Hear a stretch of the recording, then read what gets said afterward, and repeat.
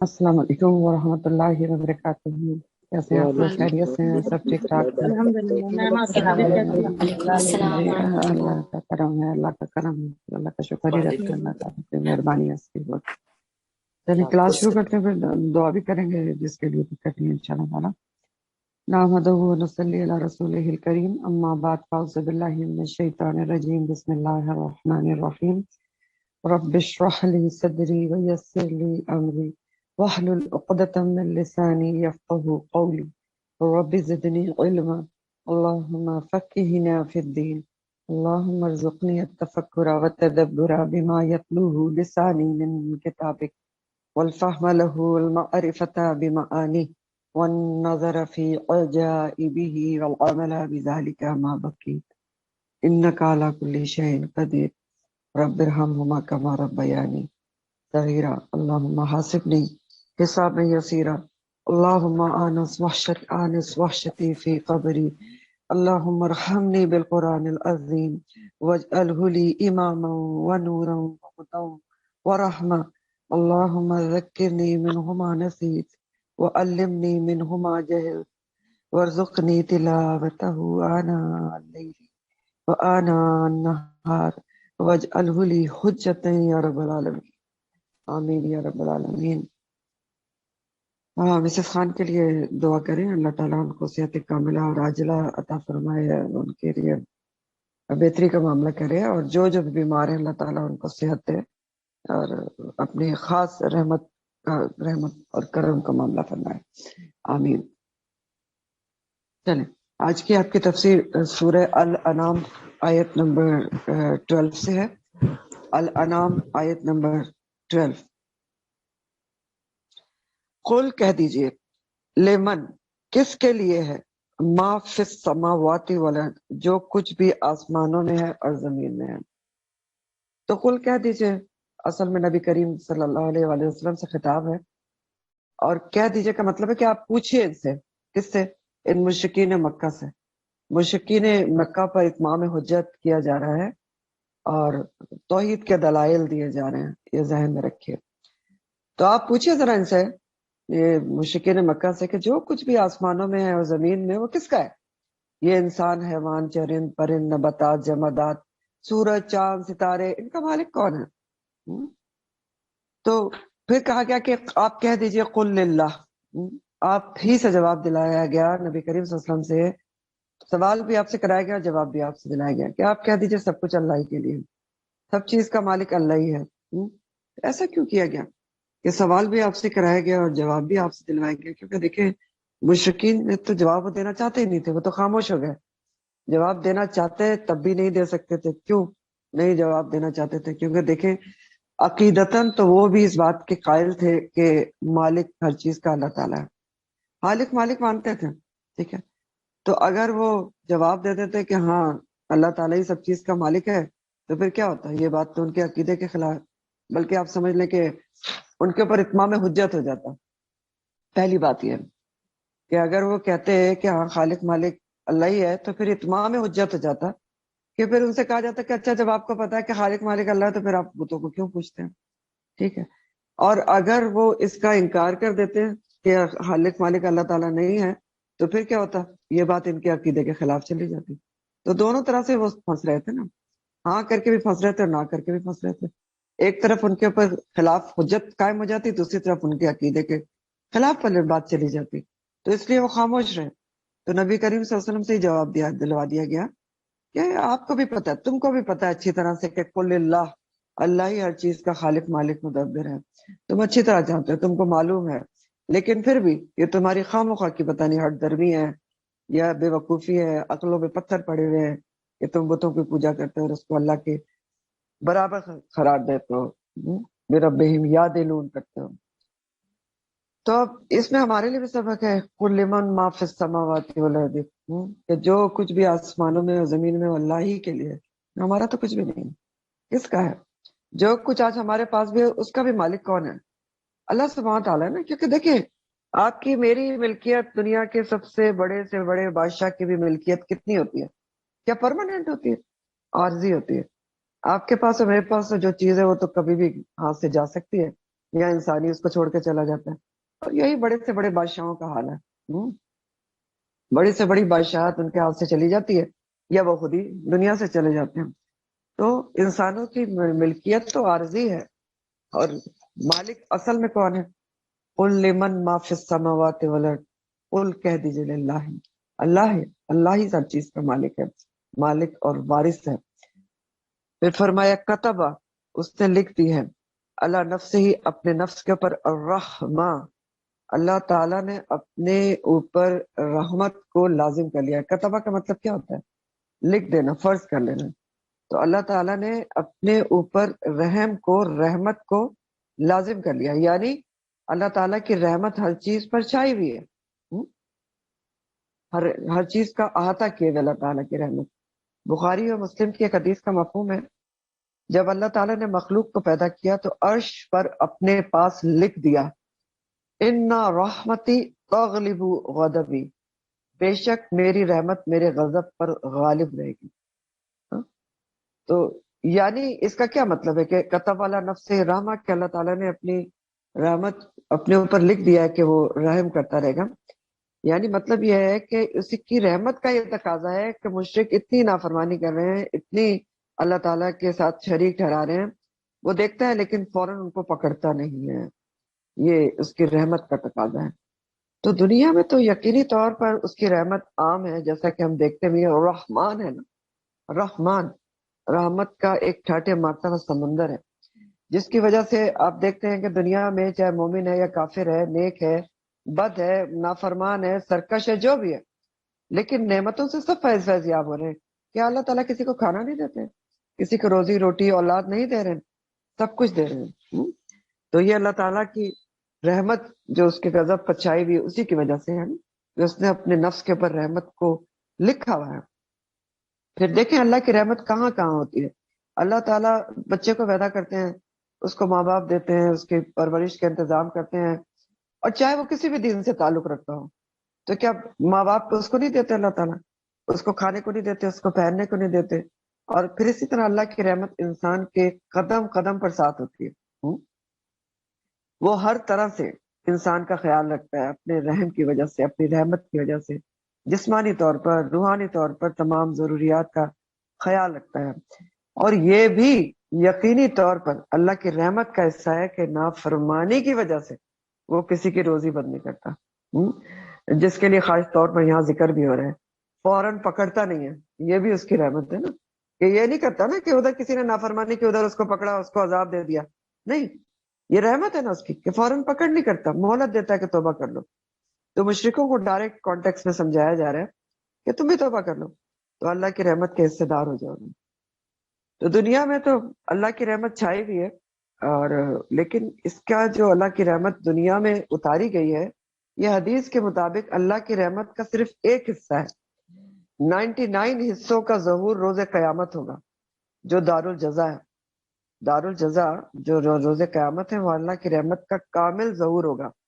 ٹھیک ہے، اور اس دن اللہ کی رحمت کے حقدار صرف اور صرف اہل ایمان ہوں گے. چنانچہ آپ دیکھیں کہ حدیث کا مفہوم ہے ترمذی کی کہ حضرت ابو ہریرہ سے مروی ہے کہ وہ کہتے ہیں کہ نبی کریم صلی اللہ علیہ وسلم نے فرمایا کہ اللہ تعالیٰ کی رحمت کے 100 حصے ہیں، جس میں سے صرف ایک حصہ زمین پر اتارا گیا ہے، جس کی وجہ سے انسان، جن اور چوپائے اور کیڑے مکوڑے تک ایک دوسرے سے محبت کرتے ہیں. اور 99 رحمت کے حصے روز قیامت ظہور میں آئیں گے. اور وہ جو 99 حصے روز قیامت ظہور میں آئیں گے نا، پھر وہ صرف اہل ایمان کے لیے ہوگی. دنیا میں تو سب کے لیے رحمت عام ہے نا، کیونکہ رحمان ہے. تو یہ بات ہے. تو بہرحال جو روز قیامت صرف حقدار اہل ایمان ہوں گے، اور اہل کفر اور فسق و فجور وہ دائمی عذاب کے حصے دار ہوں گے. پھر ان کو وہاں پر رحمت کا ایسا کچھ بھی نہیں ملے گا ان کو. ٹھیک ہے، تو ایک اور بھی سورہ الاعراف کی آیت ہے 156، اس کے اندر بھی آتا ہے کہ اللہ تعالیٰ فرماتے ہیں وَرَحْمَتِي وَسِعَتْ كُلَّ شَيْءٍ، میری رحمت تمام چیزوں پر محیط ہے. فَسَأَكْتُبَهَا لِلَّذِينَ يَبْتَغُونَ مرضات اللہ وَيُؤْتُونَ الزَّكَاةَ وَالَّذِينَ هُمْ بِآيَاتِنَا يُؤْمِنُونَ، میں نے اپنی رحمت کو لکھ دیا ہے ان لوگوں کے لیے جو اللہ سے ڈرتے ہیں. للذین، یتقون، جو اللہ سے ڈرتے ہیں، وَيُؤْتُونَ الزَّكَاةَ، اور جو زکوٰۃ دیتے ہیں، وَالَّذِينَ هُمْ بِآيَاتِنَا يُؤْمِنُونَ، اور جو اللہ پر ایمان لاتے ہیں۔ تو اب دیکھیں کہ یہاں بھی خاص رحمت کے حقدار کون ہیں، کن کا بتایا گیا؟ ہاں، جو اللہ سے ڈرنے والے لوگ ہیں۔ تو بہرحال، لیکن دنیا میں بہرحال اللہ کی رحمت عام ہے، ہر کسی کے لیے رحمان ہے، روزی روٹی اولاد سب کچھ ہر کسی کو دے رہا ہوتا ہے، چاہے کوئی نافرمانی کر رہا ہے یا سرکشی کر رہا ہے، اور فوراً پکڑتا نہیں، یہ بھی اس کی رحمت کا ہی حصہ ہے۔ تو بہرحال ایک اور اس کے بعد اللہ تعالیٰ فرماتے ہیں لَيَجْمَعَنَّكُمْ، البتہ وہ ضرور بالضرور جمع کرے گا تم کو، اللہ تعالیٰ تم کو ضرور بالضرور جمع کرے گا۔ دو تاکیدیں ہیں اس لفظ کے اندر، لام تاکید ہے، نون شد کے ساتھ ہے۔ کب جمع کرے گا؟ الی یوم القیامہ، یوم القیامت میں، لا ریب فیہ، جس کے آنے میں کوئی شک نہیں ہے۔ تو یہ بھی اس کی رحمت کا تقاضا بتایا جا رہا ہے کہ یہ بھی اس کی رحمت کا ہی تقاضا ہے کہ وہ روز قیامت میں جس کے آنے میں کوئی شک نہیں، ہر کسی کو جمع کرے گا، اور پھر جس کا جیسا عمل ہوگا اس کا پورا پورا بدلہ دیا جائے گا۔ ٹھیک ہے، یہ بھی رحمت ہے۔ اچھا، سب سے پہلے تو بات یہاں پر یہ بھی یاد رکھیں کہ روز قیامت کو قیامہ کیوں کہتے ہیں، یہ بھی ایک انفارمیشن ہے۔ روز قیامت کو قیامہ کیوں کہا جاتا ہے؟ قوم سے ہے نا، قیام سے، کھڑے ہونے سے۔ تو اس کی دو تین ریزن ہیں۔ ایک تو دیکھیں، روز قیامت تمام اولین اور آخرین میدان حشر میں کھڑے ہوں گے، تو روز قیامہ ہے۔ دوسری بات یہ ہے کہ میزان، انصاف کے ترازو بھی قائم کیے جائیں گے جس میں اعمال ناپے جائیں گے۔ اور تیسری بات یہ ہے کہ روز قیامت اللہ تعالیٰ کی صفت عادل کا کامل ظہور ہوگا اور مکمل عدل قائم کیا جائے گا۔ تو روز قیامت کو اس لیے روز قیامت کہا جاتا ہے۔ تو روز قیامت سب کھڑے ہوں گے اللہ کے حضور میں، اللہ تعالیٰ سب کو جمع کریں گے، اور ایک آواز آئے گی بہت زبردست قسم کی، جس کو سنتے ہی سب کے سب، جو مرے ہوئے لوگ بھی ہیں، جہاں کہیں بھی ہیں، چاہے کوئی پاتال میں ہے، کوئی راکھ بن کے اڑ چکا ہے، کوئی پانی میں ڈوب چکا ہے، جہاں کہیں بھی ہے، مٹی میں ہے، قبر میں ہے، سب نکل کے ان کو اٹھا کر کھڑا کر دیا جائے گا۔ سورہ قمر کی آیت نمبر 6 ہے، القمر آیت نمبر 6، کہ اللہ تعالیٰ فرماتے ہیں یوم یدعو الداعی الی شیء نکر، جس دن ایک پکارنے والا ایک ناگوار چیز کی طرف پکارے گا، خشعا ابصارہم، تو جھکی ہوئی نظروں کے ساتھ، ان کی نظریں جھکی ہوئی ہوں گی شرمندگی سے، یخرجون من الاجداث، قبروں سے نکلیں گے، کیسے؟ جیسے جراد منتشر، جیسے ٹڈی دل ہیں بکھرے ہوئے، اور کیا کریں گے پھر؟ کانہم جراد منتشر مہطعین الی الداعی، سر جھکا کر پکارنے والے کی طرف دوڑنا شروع کر دیں گے سب کے سب۔ وَيَقُولُ الْكَافِرُونَ هَذَا يَوْمٌ عَسِرٌ، اور کافر کہیں گے کہ آج کا دن تو بہت ہی سخت ہے۔ ظاہر ہے کافروں کے لیے تو بہت ہی سخت دن ہے۔ تو یہ ہے، سب کچھ ہونے والا ہے، تو اللہ تعالیٰ سب کو جمع کرے گا، سب اولین اور آخرین کو جمع کرے گا یوم قیامت میں، جس کے آنے میں کوئی شک نہیں ہے، لا ریب فیہ، کوئی شک ہے ہی نہیں۔ لیکن کچھ لوگ ایسے بھی ہیں جنہوں نے روز قیامت کی پرواہ نہیں کی، اور جس میں شک کیا روز قیامت کے آنے میں، ایمان نہیں لائی، یا ایمان لا کے بھی یقین نہیں کیا، تو وہ کیا ہے پھر؟ وہ خسارے میں پڑنے والے ہیں۔ یہی بات آگے اللہ تعالیٰ کہہ بھی رہے ہیں کہ الذین خسروا انفسهم فهم لا یؤمنون، جن لوگوں نے فیصلہ کر لیا ہے کہ انہوں نے اپنے آپ کو خسارے میں ڈالنا ہے، وہ ایمان نہیں لائیں گے، اللہ پر نہیں لائیں گے، یوم قیامت پر نہیں لائیں گے، تو وہ لازمی طور پر وہ خسارہ اٹھائیں گے۔ جنہوں نے فیصلہ کیا ہے نا کہ انہوں نے ایمان اپنے آپ کو خسارے میں ڈالنا ہے، تو وہ ایمان نہیں لائیں گے۔ تو آپ دیکھیں اس آیت میں اللہ تعالیٰ نے بہت ہی خوبصورت طریقے سے، بہت ہی لطیف پیرائے میں، سب سے پہلے اپنی ذات کا، پھر اپنے سب سے اہم صفت رحمت کا، اور پھر آخرت کا ثبوت پیش کر دیا ہے۔ ایک آیت ہے اور اس میں تینوں چیزوں کا ثبوت موجود ہے، اللہ کی ذات پاک کا، اور اس کے بعد رحمت، اس کی صفت، اور آخرت کا ثبوت۔ اور خسارہ پانے والا کن لوگوں کو قرار دیا ہے؟ جو یہ سب سن کر سمجھ کر بھی کہ یہ سب کچھ ہونے والا ہے، اللہ کے احکامات کو نہیں مانتے، اپنی عقل سے کام لینا چاہتے ہیں، عقل کو چلاتے ہیں، لاجکس دیتے ہیں، اس کے ریزنز ڈھونڈتے ہیں، کبھی کچھ کہتے ہیں اور کبھی کچھ کہتے ہیں، اور نہ ہی اپنی فطرت سلیم سے فائدہ اٹھاتے ہیں۔ یعنی فطرت سلیم کیا ہے؟ اللہ تعالیٰ نے آپ کی فطرت میں عہد الست کروا کے بھیجا ہے نا، وہ فطرت سلیم ہے، لیکن اس سے بھی فائدہ نہیں اٹھاتے، عہد الست کو بھول جاتے ہیں، تو یقیناً روز قیامت خسارہ اٹھانے والے ہوں گے۔ تو یہ لوگ کون ہیں؟ الذین خسروا انفسهم، یہ وہ ہیں کہ یہ وہ لوگ ہیں جنہوں نے آخرت کی طرف دھیان نہ دیا، آخرت کے اوپر ایمان لائے بھی تو اس کے اوپر یقین نہیں رکھا، نہ خود آخرت کی طرف دھیان دیا، نہ اپنے بچوں سے آخرت کی فکر کروائی، تو وہ ہیں الذین خسروا انفسهم فهم لا یؤمنون۔ اور خسارہ کیا ہوتا ہے؟ ان لوگوں نے اپنے آپ کو خسارے میں ڈالا، خسارہ کہتے ہیں نقصان کو، لیکن قرآن جب بھی خسارے کا ذکر کرتا ہے نا، وہ آخرت کا خسارہ ہوتا ہے، دنیا کے خسارے خسارے تھوڑی ہیں، یہ تو سارے آپ کو پتہ ہے قابل تلافی نقصان ہوتے ہیں نا دنیا کے، زیادہ تر خسارہ اصل میں آخرت کا ہے جو ناقابل تلافی ہے، irreparable نقصان ہے، جس کے بعد کوئی اس کا کوئی مداوع ہو ہی نہیں سکتا، ٹھیک ہے؟ تو وہ ہے خسارہ پانے والے جو آخرت میں خسارہ پانے والے ہیں۔ تو آخرت میں خسارہ پانے والے کون ہیں؟ ہمارا سبق بھی ہے نا اس کے اندر کہ اللہ تعالیٰ کس کو کہہ رہے ہیں کہ وہ الذین خسروا انفسهم فهم لا یؤمنون، کہ جن لوگوں نے اپنے آپ کو خسارے میں ڈالنے کا فیصلہ کر لیا ہے تو وہ قیامت پہ یقین نہیں رکھیں گے، ایمان نہیں لائیں گے۔ تو یہ کون لوگ ہوتے ہیں؟ سورہ کہف میں ان کا ذکر ہے کہ یہ کون لوگ ہیں۔ سورہ کہف میں اللہ تعالیٰ فرماتے ہیں حل ننبئکم بالاخسرین اعمالا، کیا میں تم کو بتاؤں کہ اعمال کے لحاظ سے سب سے زیادہ خسارہ پانے والے کون لوگ ہیں؟ پھر اللہ تعالیٰ بتاتے ہیں کہ کون لوگ ہیں اعمال کے حساب سے جو سب سے زیادہ خسارہ پانے والے ہیں آخرت میں۔ یہ وہ لوگ ہیں جن کی ساری جو کوششیں وہ دنیا میں گم ہو گئی ہیں، جن کی ساری کوششیں کہاں گم ہو گئی؟ دل سعیہم فی الحیات الدنیا وہم یحسبون انہم یحسنون صنعا، ساری کوششیں ان کی دنیا کے لیے ہیں، صرف دنیا اور دنیا کما رہے ہیں اور سمجھتے یہ ہیں وہم یحسبون کہ وہ بہت اچھے اچھے کام کر رہے ہیں۔ تو کتنی غور طلب ہے سورہ الکہف کی آیت، آپ سوچے کہ میجورٹی تو یہی کر رہی ہے افسوس کے ساتھ، کہ وہ کہتی بڑے اچھے کام کر رہے ہیں، ہم تو اپنا کیریئر بنا رہے ہیں، بچوں کا مستقبل بنا رہے ہیں، عہدہ مل گیا ہے، اتنے گھر بچوں کے لیے بنا کے چھوڑ دیے، میرے بچوں کو تو کوئی پرابلم ہی نہیں ہوگی انشاءاللہ، ان کے لیے تو میں نے سب بندوبست کر دیا ہے، آخرت کا بندوبست کر دیا ہے جو ہمیشہ کا خسارہ ہے۔ تو اللہ تعالیٰ بہرحال سورہ کہف میں بہت ہی بہت طلب بات کہی کہ خسارہ پانے والے وہ لوگ ہیں، میں تم کو بتاتا ہوں جن کی ساری کوششیں تو دنیا کے اندر گم ہو گئی، دنیا کے لیے ہیں، اور سمجھتے یہ ہیں کہ وہ بہت اچھے کام کر رہے ہیں، سمجھتے ہی ہیں۔ تو اللہ تعالیٰ کتنی اپنی مخلوق کو سمجھتے ہیں۔ تو بہرحال اس آیت سے بھی ہمیں کچھ اہم باتیں پتہ چلتی ہیں۔ نمبر 1 تو یہ کہ قیامت کا آنا بھی اللہ کی رحمت کا حصہ ہے۔ کیوں رحمت کا حصہ ہے؟ کیونکہ روز قیامت ہی تو اللہ تعالیٰ ہر برائی اور اچھائی کا پورا بدلہ دیں گے نا۔ دنیا میں تو اچھائی اور برائی کا پورا بدلہ ملنا ناممکن ہے نا، اس کے لیے روز قیامت کا میزان ضروری ہے نا، اللہ کا عدل، اس کی رحمت ضروری ہے کہ ایک چیز، ایک جو کے انڈے کے برابر بھی نیکی اور بدی ہے اس کو بھی تولا جائے، پھر اس کا بدلہ دیا جائے، تو یہ سب تو روز قیامت ہی ہوگا نا۔ تو اس لیے دنیا میں تو نہ آپ کو نیکی کا پورا بدلہ مل سکتا ہے اور نہ ہی بدی کا مل سکتا ہے۔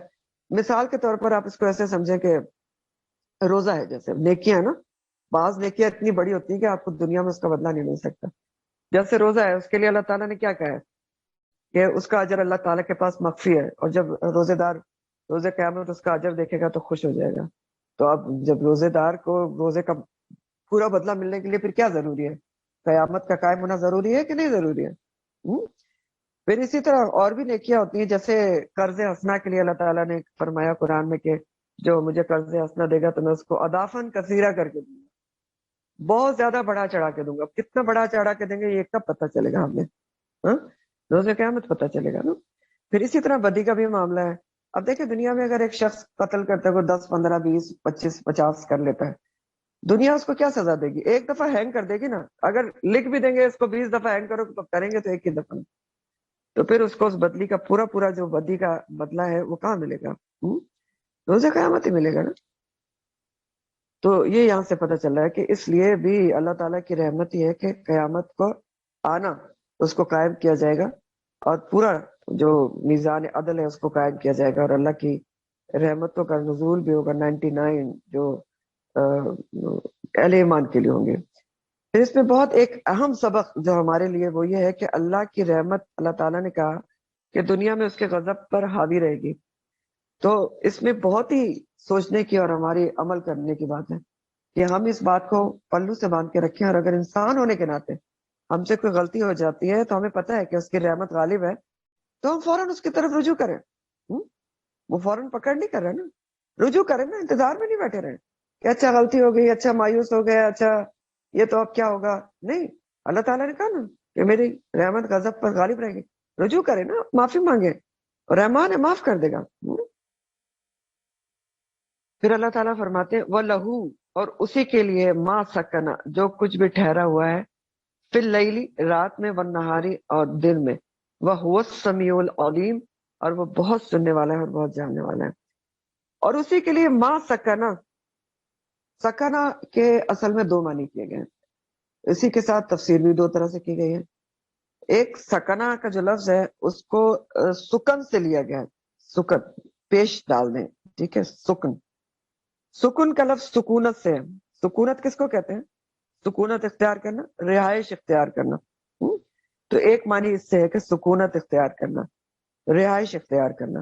تو اس حساب سے کیا معنی ہوگا کہ اللہ ہی کے لیے ہے، ساری اللہ کی مخلوق ہے، جو کچھ بھی سکونت اختیار کیے ہوئے ہیں، رہائش اختیار کیے ہوئے ہیں، زمین میں، آسمان میں، دن میں، رات میں، سب کی، وہ اس ساری مخلوقات کی جو دن میں ہے، رات میں، زمین کے اوپر موجود ہے، اللہ تعالیٰ اس کی سنتا بھی ہے اور جانتا بھی ہے، خبر گیری بھی کرتا ہے. جو کچھ بھی سکونت اختیار کیے ہوئے، رہائش رکھے ہوئے، فی اللیل والنہار. اور دوسرا سکنہ کا مطلب جو ہے وہ سکن سے ہے، زبر ڈال کے اس کے اوپر. سکن یعنی سکون سے ہو سکتا ہے. پہلا معنی سکونت کے حساب سے تھا، رہائش. دوسرا معنی سکون کے حساب سے ہے کہ وَلَهُ مَا سَكَنَ فِي اللَّيْلِ وَالنَّهَارِ، اور اسی کی وجہ سے ہر چیز سکون میں ہے، دن میں بھی اور رات میں بھی. اس کا کیا مطلب ہے؟ یعنی آپ کو اور مجھے پتا ہے کہ زمین حرکت کرتی ہے، ٹھیک ہے، سائنس بھی کہتی ہے، قرآن بھی کہتی ہے. لیکن آپ سوچیں، اور زمین حرکت میں ہے، دن میں بھی کر رہی ہے، رات میں بھی کر رہی ہے. پھر زمین پہ اتنی بڑی بڑی تبدیلیاں آ رہی ہیں، دن میں اور رات میں، دن رات میں تبدیل ہو رہا ہے، رات دن میں تبدیل ہو رہی ہے. لیکن کیا ہمیں اس سے کوئی فرق پڑتا ہے؟ ہمارے سکون میں کوئی فرق پڑتا ہے؟ ہمیں پتہ چلتا ہے کہ زمین ہل رہی ہے، ہمیں پتہ چلتا ہے کہ بہت ہی کھڑاکے دار آواز کے ساتھ دن رات میں تبدیل ہو گیا، بہت ہی ہنگامہ ہوا، بڑے کھڑاکے، بڑے دھماکے ہوئے، تو پھر دن رات میں تبدیل ہو گیا؟ کچھ بھی نہیں ہوتا. بہت ہی سکون کے ساتھ یہ سارے کام چل رہے ہیں، اور اللہ تعالیٰ نے سب کو سکون سے رکھا ہوا، کسی کو پتہ بھی نہیں چلتا. یہ اس کا کمال ہے کہ کیسے اس نے سکون کے ساتھ رکھا ہے. اتنا کچھ ہوتا رہتا ہے لیکن ہر چیز سکون سے دن اور رات میں اپنے کام کر رہی ہوتی ہے. یہ اس کی قدرت ہے کہ اس نے سب کو سکون سے رکھا ہوا ہے، دن کے وقت بھی اور رات کے وقت بھی. تو لہو ما سکن فی اللیل والنہار، اسی کے لیے جو کچھ رات میں ٹھہرا ہوا ہے اور جو کچھ دن میں متحرک ہے. یہ تیسرا معنی ہے. ایک تیسرا معنی بھی اس کا کیا گیا ہے، تیسرا معنی لکھیں. تیسرا معنی اس طرح کیا گیا ہے کہ کچھ مفسرین نے یہ کہا کہ یہاں پر نہار کے بعد ایک چیز معذوف ہے. معذوف مطلب چھپی ہوئی ہے. کیا معذوف ہے؟ وہ کہتے ہیں کہ یہ آیت اس طرح سے ہے کہ وَلَهُ مَا سَكَنَ فِي اللَّيْلِ، اسی کے لیے جو کچھ رات میں ٹھہرا ہوا ہے، وَالنَّهَارِ، اور جو کچھ دن میں متحرک ہے. ٹھیک، اس طرح سے انہوں نے معنی کیا. سمجھ رہے ہیں؟ ٹھیک ہے، متحرک انہوں نے کہا کہ چھپا ہوا ہے.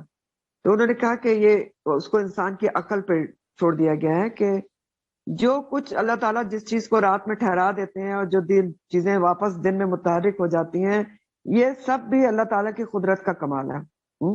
تو یہ بھی آپ اگر اس لحاظ سے بھی دیکھیں تو بہت ساری چیزیں جو رات میں ٹھہری ہوتی ہیں دن میں متحرک ہو جاتی ہیں.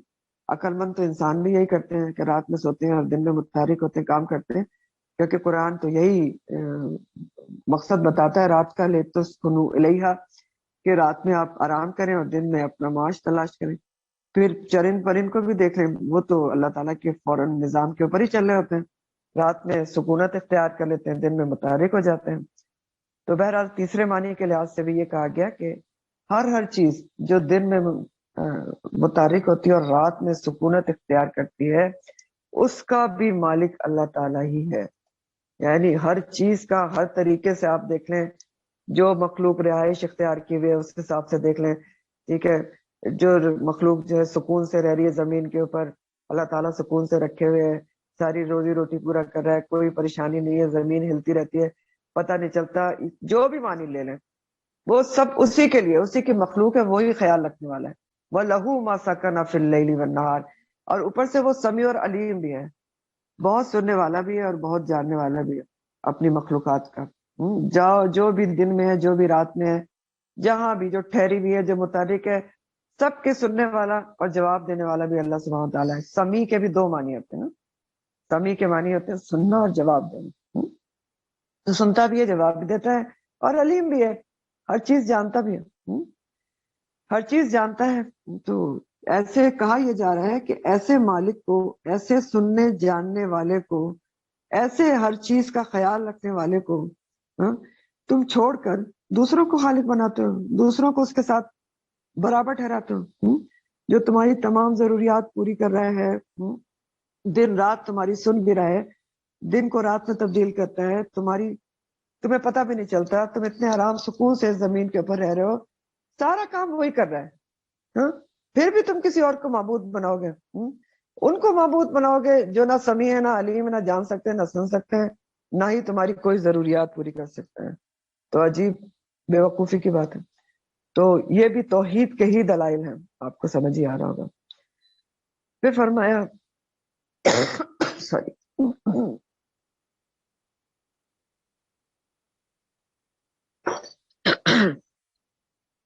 قل کہہ دیجئے، اور پوچھئے ہی ہے اس میں بھی کہ قل، آپ نبی کریم صلی اللہ علیہ وسلم سے خطاب ہے کہ آپ ذرا ان سے پوچھیں، مشرکین مکہ سمیت سبھی سے جو بھی شرک کرتے ہیں، آپ پوچھئے ان سے کہ اغیر اللہ، کیا اللہ کے سوا اتخذو، میں بنا لوں، ولی کسی اور کو دوست؟ آپ کہتے ہیں کہ تم مجھے اللہ کے سوا کسی اور کے لیے کہتے ہو کہ میں اس کو دوست بنا لوں، تو کیوں کہہ رہے ہو ایسا کہ میں اللہ کو چھوڑ کے کسی اور کو ولی اور دوست بنا لوں؟ ٹھیک ہے، کیوں؟ کیونکہ دیکھیں، فاطر السماوات والارض کون ہے؟ نئے سرے سے پیدا کرنے والا زمین و آسمان کا تو اللہ تعالیٰ ہے۔ وہ ہوا یطعم ولا یطعم، کھلانے والا بھی سب کو وہی ہے اور وہ نہیں کھلایا جاتا، پھر بھی تم کہتے ہو کہ میں اس کو چھوڑ کے کسی اور کو ولی اور دوست بنا لوں، ہاں؟ تو کیسی بیوقوفی کی بات تم کر رہے ہو۔ ایسے ہی بات سورہ زمر میں بھی آتی ہے، قل اغیر اللہ اتخذ ولیا، آپ صلی اللہ علیہ وسلم سے کہلوایا جا رہا ہے، آپ ان سے ذرا پوچھئے کیسے تم باتیں کرتے ہو، اللہ کو چھوڑ کے میں کسی اور کو ولی اور دوست بنا لوں۔ تو اسی طرح کی بات سورہ زمر آیت نمبر 60 میں ہے، اللہ تعالیٰ فرماتے ہیں قل اغیر اللہ تأمرونی اعبد ایھا الجاہلون، نبی کریم صلی اللہ علیہ وسلم آپ ان سے پوچھئے کیا اللہ کو چھوڑ کے تم مجھے حکم دیتے ہو کہ میں کسی اور کی عبادت کروں، اے جاہلو، اے جاہلو، یعنی اللہ کو چھوڑ کے کسی اور کی عبادت کرنا سخت جہالت کی بات ہے سورہ زمر کے مطابق، اس سے بڑی جہالت ہو ہی نہیں سکتی۔ تو بہرحال یہاں پر کیا بتایا جا رہا ہے کہ نبی کریم صلی اللہ علیہ وسلم پھر سے دلیل دلوائی جا رہی ہے کہ کیا تم عجیب باتیں کرتے ہو کہ تم کہتے ہو قل غیر اللہ اتخذ ولیا، کہ میں اللہ کو چھوڑ کے کسی اور کو ولی اور دوست بنا لوں، جبکہ اللہ واحد اور حقیقی الہ ہے، اور اللہ کا واحد اور حقیقی الہ ہونے کے یہاں پر دو معیار بتائے جا رہے ہیں۔ نمبر 1 معیار تو یہ ہے کہ فاطر السماوات والارض وہی ہے، نئے سرے سے پیدا کرنے والا، تراش خراش کا زمین کو آسمان کو بنانے والا وہی ہے۔ فاطر کے مطلب ہوتے ہیں نئے سرے سے پیدا کرنے والا، اور تراش خراش کر پیدا کرنے والا۔ کل میں نے آپ کو بہت سارے الفاظ بتائے تھے جو پیدا کرنے کے لیے استعمال ہوتے ہیں قرآن میں، اب آپ وہیں سے سنیے گا کیونکہ یا اٹینڈ کیا کریں ٹرانسلیشن۔ تو بہرحال قرآن میں کافی سارے الفاظ آتے ہیں، خلقہ بھی آتا ہے اور انشاء بھی آتا ہے اور اسی طرح فاطر بھی آتا ہے، لیکن فاطر کون سا پیدا کرنے والا ہوتا ہے؟ نئے سرے سے پیدا کرنے والا، اور تراش خراش کے خوبصورت طریقے سے بنانے والا۔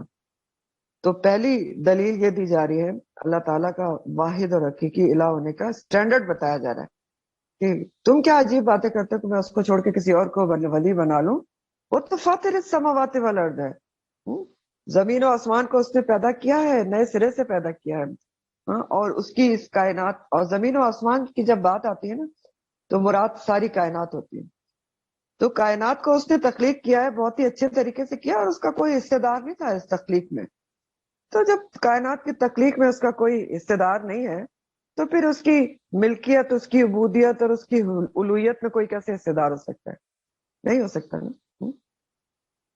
اور اس کے حقیقی اور واحد الہ ہونے کا دوسرا اسٹینڈرڈ کیا ہے، دوسرا ثبوت کیا ہے، دلیل کیا ہے کہ ہوا یطعم، یطعمو کہ وہ کھلاتا ہے سب کو، ولا یطعم اور وہ نہیں کھلایا جاتا. وہ سب کو کھلاتا ہے لیکن وہ خود نہیں کھلایا جاتا، اس کو کسی کے کھانے کی ضرورت نہیں، یہ کہا جا رہا ہے.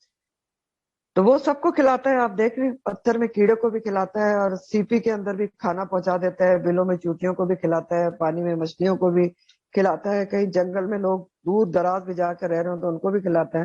وہ وہ کھلانے والا ہے، رازق ہے، لیکن وہ خود کسی سے بھی نہیں کھاتا. اس کا مطلب کیا ہے؟ اس کے بھی دو طرح سے مطلب کیے گئے. ایک مطلب تو یہ ہے کہ دوسری سارے مخلوق ہیں اور غذا کے لیے اس کے دستے نگر ہے، محتاج ہے نا. دوسری ساری مخلوق ہے نا، وہ کھلاتا ہے سب کو، تو اس کے دستے نگر ہے، محتاج ہے. اور جو جو مخلوق بھی، جو بھی چیز کسی کی اپنی حاجت پوری کرنے کے لیے محتاج ہونا، تو وہ کسی طرح بھی الہ نہیں ہو سکتا. حقیقی الہ وہ ہوتا ہے جو کسی بھی صورت کسی کا محتاج نہ ہو، کسی بھی صورت کسی کا محتاج نہ ہو. تو آپ دیکھیے کہ مشرکوں نے جو الہ بنا رکھے تھے، تو کیا وہ انہیں رزق دیتے تھے، کھلاتے تھے ان کو؟ نہیں، یہ تو الٹا ان کے آگے رزق رکھتے تھے جو وہ کھا بھی نہیں پاتے تھے. اور اگر ان کے اوپر کوئی مکھی بیٹھ جاتا اس کو اڑا بھی نہیں پاتے تھے، بلکہ یہ ان کو بنا بنا کے اگر مندروں میں نہ رکھتے تو وہ ان کی کوئی، ان کو کوئی لفٹ آتا بھی نہیں ان کو. تو یہ تو اس قدر قسم کے محتاج ہیں.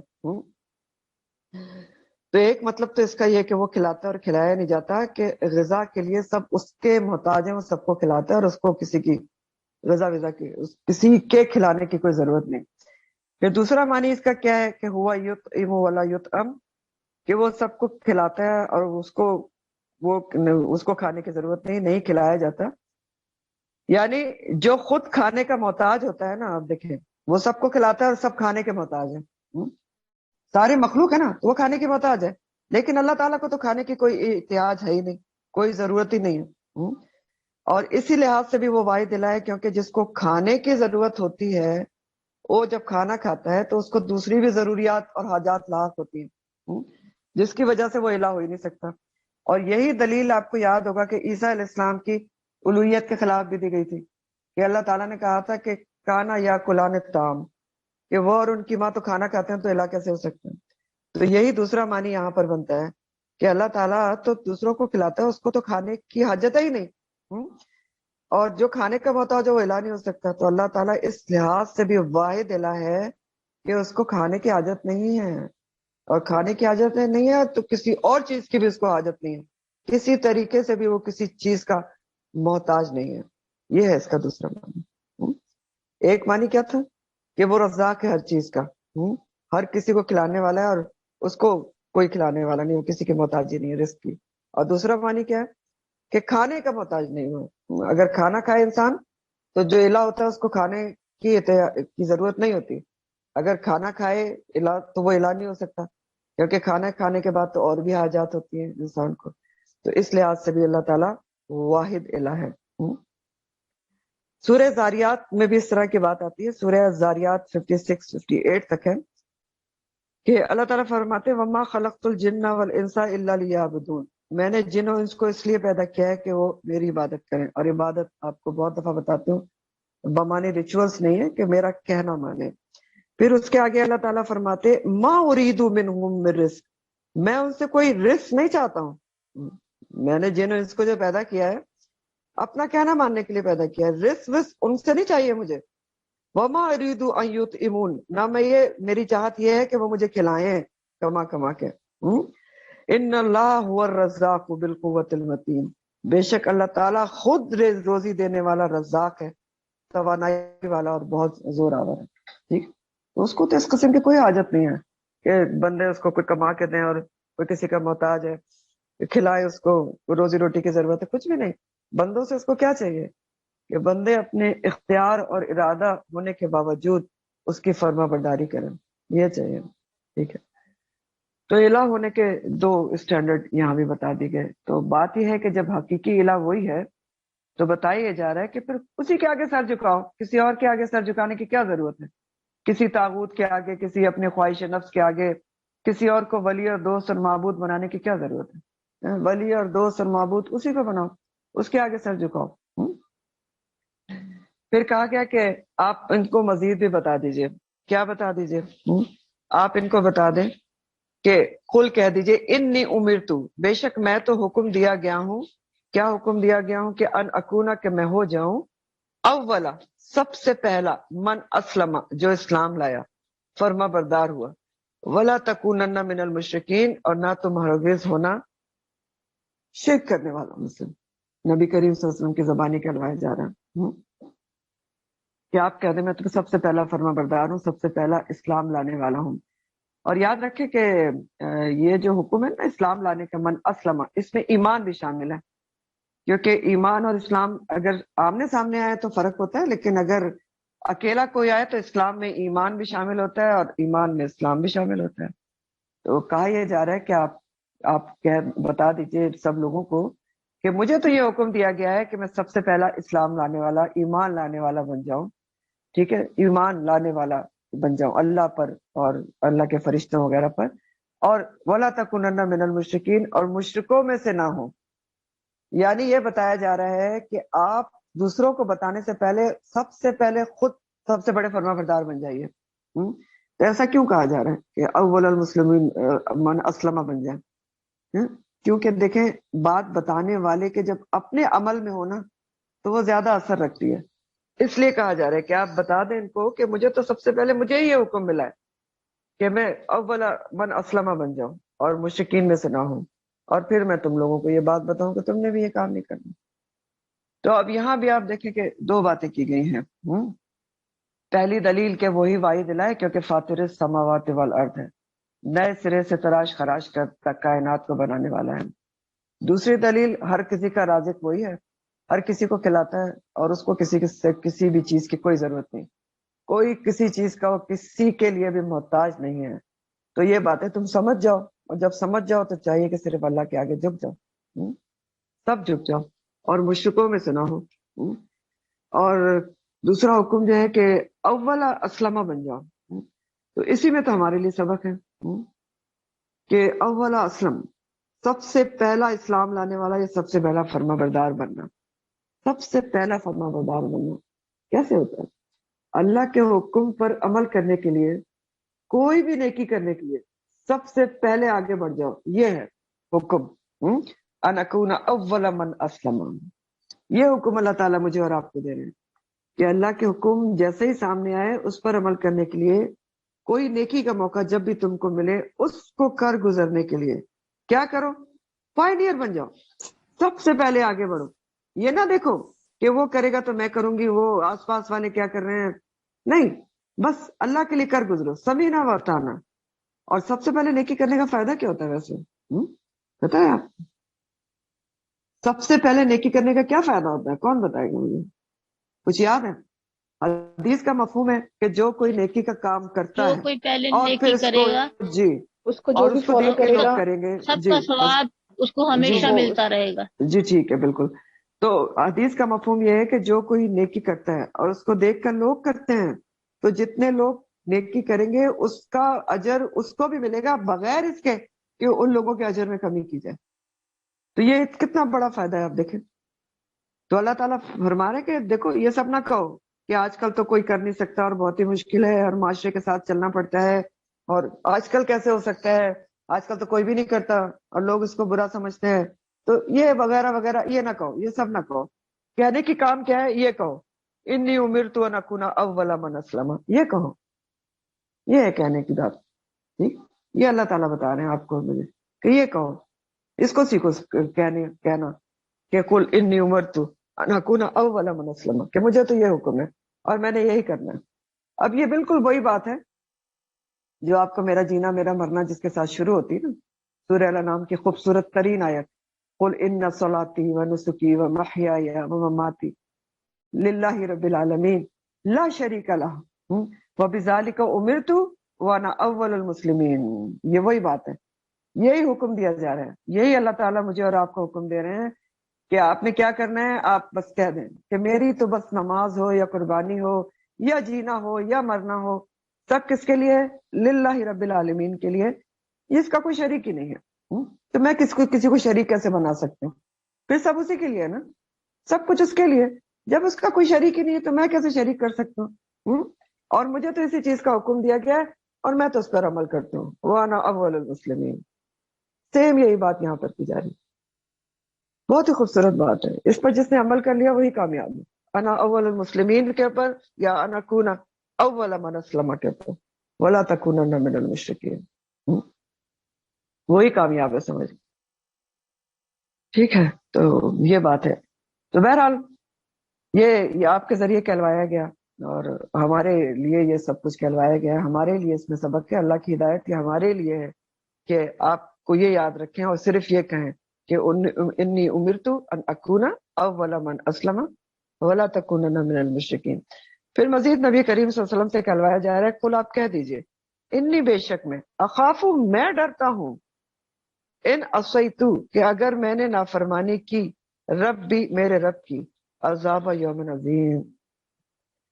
کیا کہلوایا جا رہا ہے؟ نبی کریم صلی اللہ علیہ وسلم سے کہلوایا جا رہا ہے کہ آپ کہہ دیجئے، لوگوں کو بتا دیجئے کہ میں تو خود بہت ڈرتا ہوں. کس بات سے؟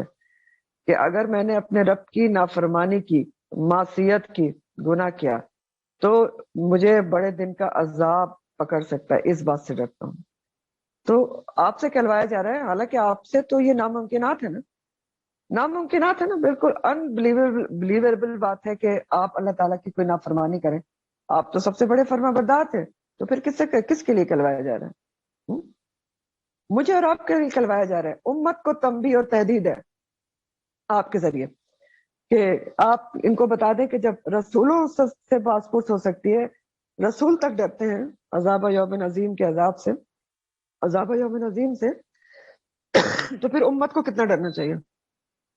ٹھیک ہے؟ تو امت کے لیے کہلوایا جا رہا ہے. نبی کریم صلی اللہ علیہ وسلم تو کہا نافرمانی. یہ مجھے اور آپ کو سمجھایا جا رہا ہے کہ دیکھیں، ان سے کہلوایا جا رہا ہے کہ وہ کہہ رہے ہیں میں ڈرتا ہوں، تو ہم سوچتے ہیں کہ ہمیں کتنا پھر ڈرنا چاہیے. اور ویسے بھی اللہ کا عذاب تو ہے ہی ڈرنے کی چیز، نہیں ہے ڈرنے کی چیز. اللہ کے عذاب سے تو جتنا بھی انسان ڈرے اتنا ہی کم ہے نا. اور اس کا سبب کیا بنے گا؟ یہی ان عصیت، معصیت، اللہ تعالیٰ کی نافرمانی. سورہ فرقان آیت نمبر 65 میں عباد الرحمن کی خصوصیات کا ذکر ہے. سورہ فرقان آیت نمبر 65 کہ جو اللہ کے خاص بندے ہوتے ہیں ان میں کچھ خوبیاں ہوتی ہیں. تو ان کی ایک خوبی بتائی گئی ہے، والذین یقولون، وہ لوگ جو کہتے ہیں ربنا صرف عنا عذاب جہنم، اے ہمارے رب عذاب جہنم کو ہم سے ہٹا دے، پھیر دے. ان عذابہ کان غراما، بے شک اس کا عذاب ہے ہی ڈرنے کی چیز. تو ڈرنے کی چیز ہے ہی، ڈرنا ہی چاہیے. اور اس کی وجہ کیا بنے گی؟ اللہ تعالیٰ کی نافرمانی بنے گی. تو بہت ہی اہم آیت کا اور بہت ہی بڑا سبق اس کے ذریعے ہمیں دیا جا رہا ہے کہ اللہ تعالیٰ کی نافرمانی اللہ کے عذاب کا باعث بن سکتی ہے. اور یہ سبق دیا جا رہا ہے کہ نافرمانی کر کے کوئی بھی نہیں بچ سکتا. لیکن پھر بھی ہم دیکھتے ہیں کہ آج بھی بہت سے لوگ آپ کو اس طرح کی باتیں کرتے ہوئے نظر آتے ہیں، اور دوسروں سے سن کر بلا سوچے سمجھے، کسی سے سن لیا کہ اس نے کہا کہ اللہ بہت غفور الرحیم ہے، تو آپ بھی شروع ہو گئے اللہ بہت غفور الرحیم ہے. اب چاہے آپ کچھ بھی کرتے رہیں، آپ نماز ایک وقت کی بھی نہیں پڑھیں، وہ غفور الرحیم ہے، آپ کو معاف کر دے گا. پھر اور بھی ایسی باتیں ہیں. بعض لوگ کہتے ہیں، ایک ایسے بھی لوگ ہیں دنیا میں جو مسلمان ہیں، جو کہتے ہیں کہ یہ جو ہے جہنم کا سارا ذکر یہ صرف سمبولک ہے، کوئی آگ واگ ہے نہیں، اللہ تعالیٰ نے ڈراوا دیا. حد ہے نا کوئی. اللہ تعالیٰ نے کہا اعد لہم عذاب الجحیم، تیار کر کے رکھی ہوئی ہے. ہم کہتے ہیں سمبولک ہے. عجیب ہی باتیں ہیں ہماری. تو اللہ تعالیٰ غفور الرحیم تو بے شک ہے، اس کی رحمت بھی چھائی ہوئی ہے، لیکن کس کے لیے غفور الرحیم ہے؟ جو کوشش یہ کرتے ہیں کہ اس کی فرما برداری کریں، لیکن پھر بھی انسان ہونے کے ناطے ان سے غلطی ہو جاتی ہے، تو وہ توبہ استغفار کر لیتے ہیں اور اس کی فرما برداری کی پھر کوشش کرتے ہیں، تو ان کے لیے یقینی طور پر غفور الرحیم ہے.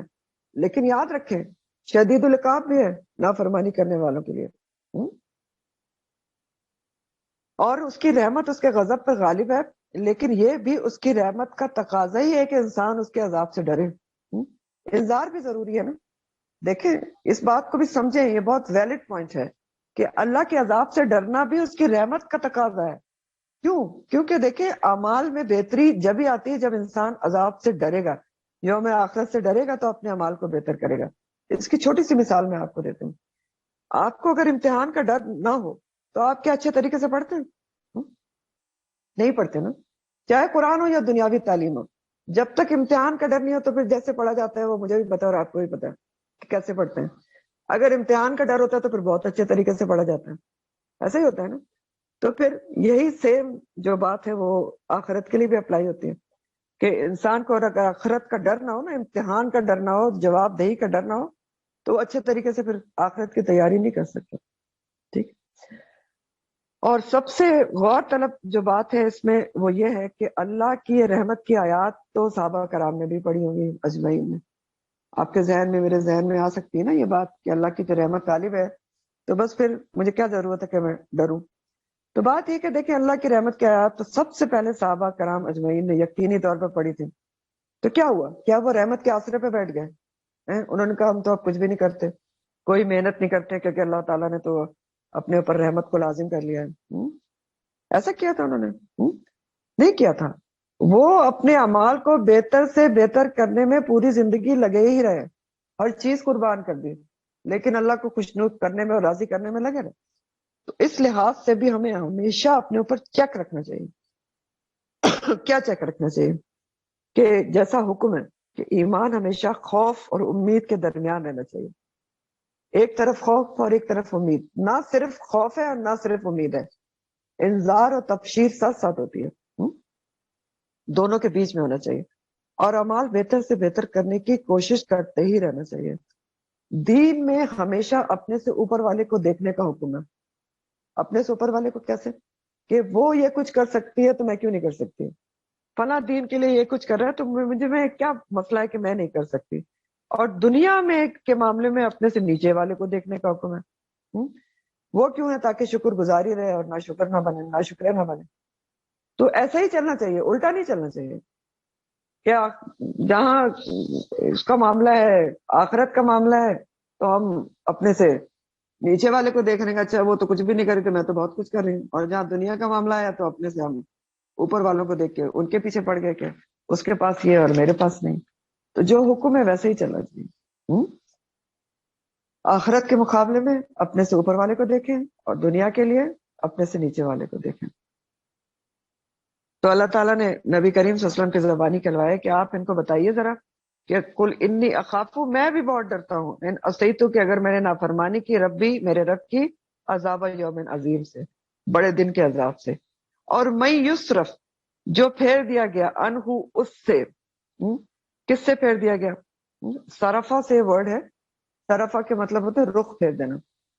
تو جو پھیر دیا گیا اس سے، یوم آئزن اس دن، کس سے پھیر دیا گیا؟ عذاب یوم عظیم سے جو پھیر دیا گیا، یوم آئزن قیامت کے دن، جس سے عذاب یوم عظیم پھیر دیا گیا، ہٹا دیا گیا. تو سمجھ لیں فقط تحقیق رحمہ، اس نے رحم کر دیا اس کے اوپر. وذالک الفوز المبین، اور یہی کلم کلہ کامیابی ہے، یہی کلم کلہ کامیابی ہے. اصل کامیابی کس کو بتائی جا رہی ہے یہاں پر؟ بہت ہی بڑی اہم بات ہے ہمارے سمجھنے کی کہ بڑی اور اہم کامیابی کیا ہے کہ قیامت کے روز جس سے عذاب ہٹا دیا گیا، عذاب سے بچا کر اس کو اللہ کی رحمت کے ساتھ جنت میں داخل کر دیا گیا. تو سمجھ لیں بس اس کے اوپر تو رحمت ہی رحمت ہو گئی. فقط رحمہ، اس پر رحم کر دیا اللہ تعالیٰ نے.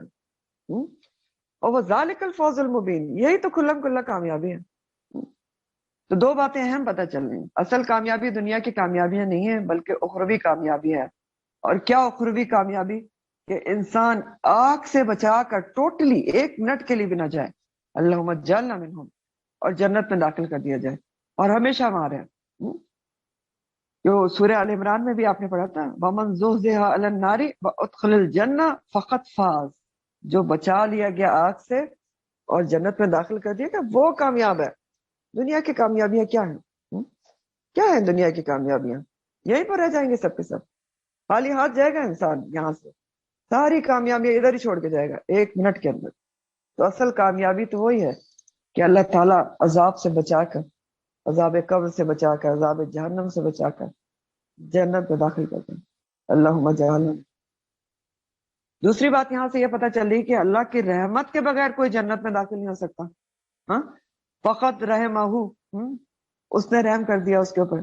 تو جنت تو اس کی رحمت سے ہی ملے گی، لیکن جنت کی اس کی رحمت کے نزول کے لیے، جنت کی امید کے لیے دو چیزیں آپ کو چاہیے، مجھے چاہیے. وہ کیا ہے؟ جو ہر جگہ آتی ہے، والذین آمنوا وعملوا الصالحات. یہ کرائٹیریا ہمارے پاس ہوگا تو شارٹ لسٹنگ ہوگی جنت کے لیے. ایمان اور اس کے ساتھ عمل صالح. اور عمل صالح کیا ہوتے ہیں؟ خالص نیت اللہ کے لیے، قرآن اور سنت کے مطابق، بدعات سے اور ریاکاری سے پاک اعمال. تو یہ ہے کرائٹیریا. یہ ہوں گے تو شارٹ لسٹنگ ہوگی جنت کے لیے، اور اللہ کی رحمت کے ساتھ جنت میں داخل ہوگا انشاءاللہ تعالی.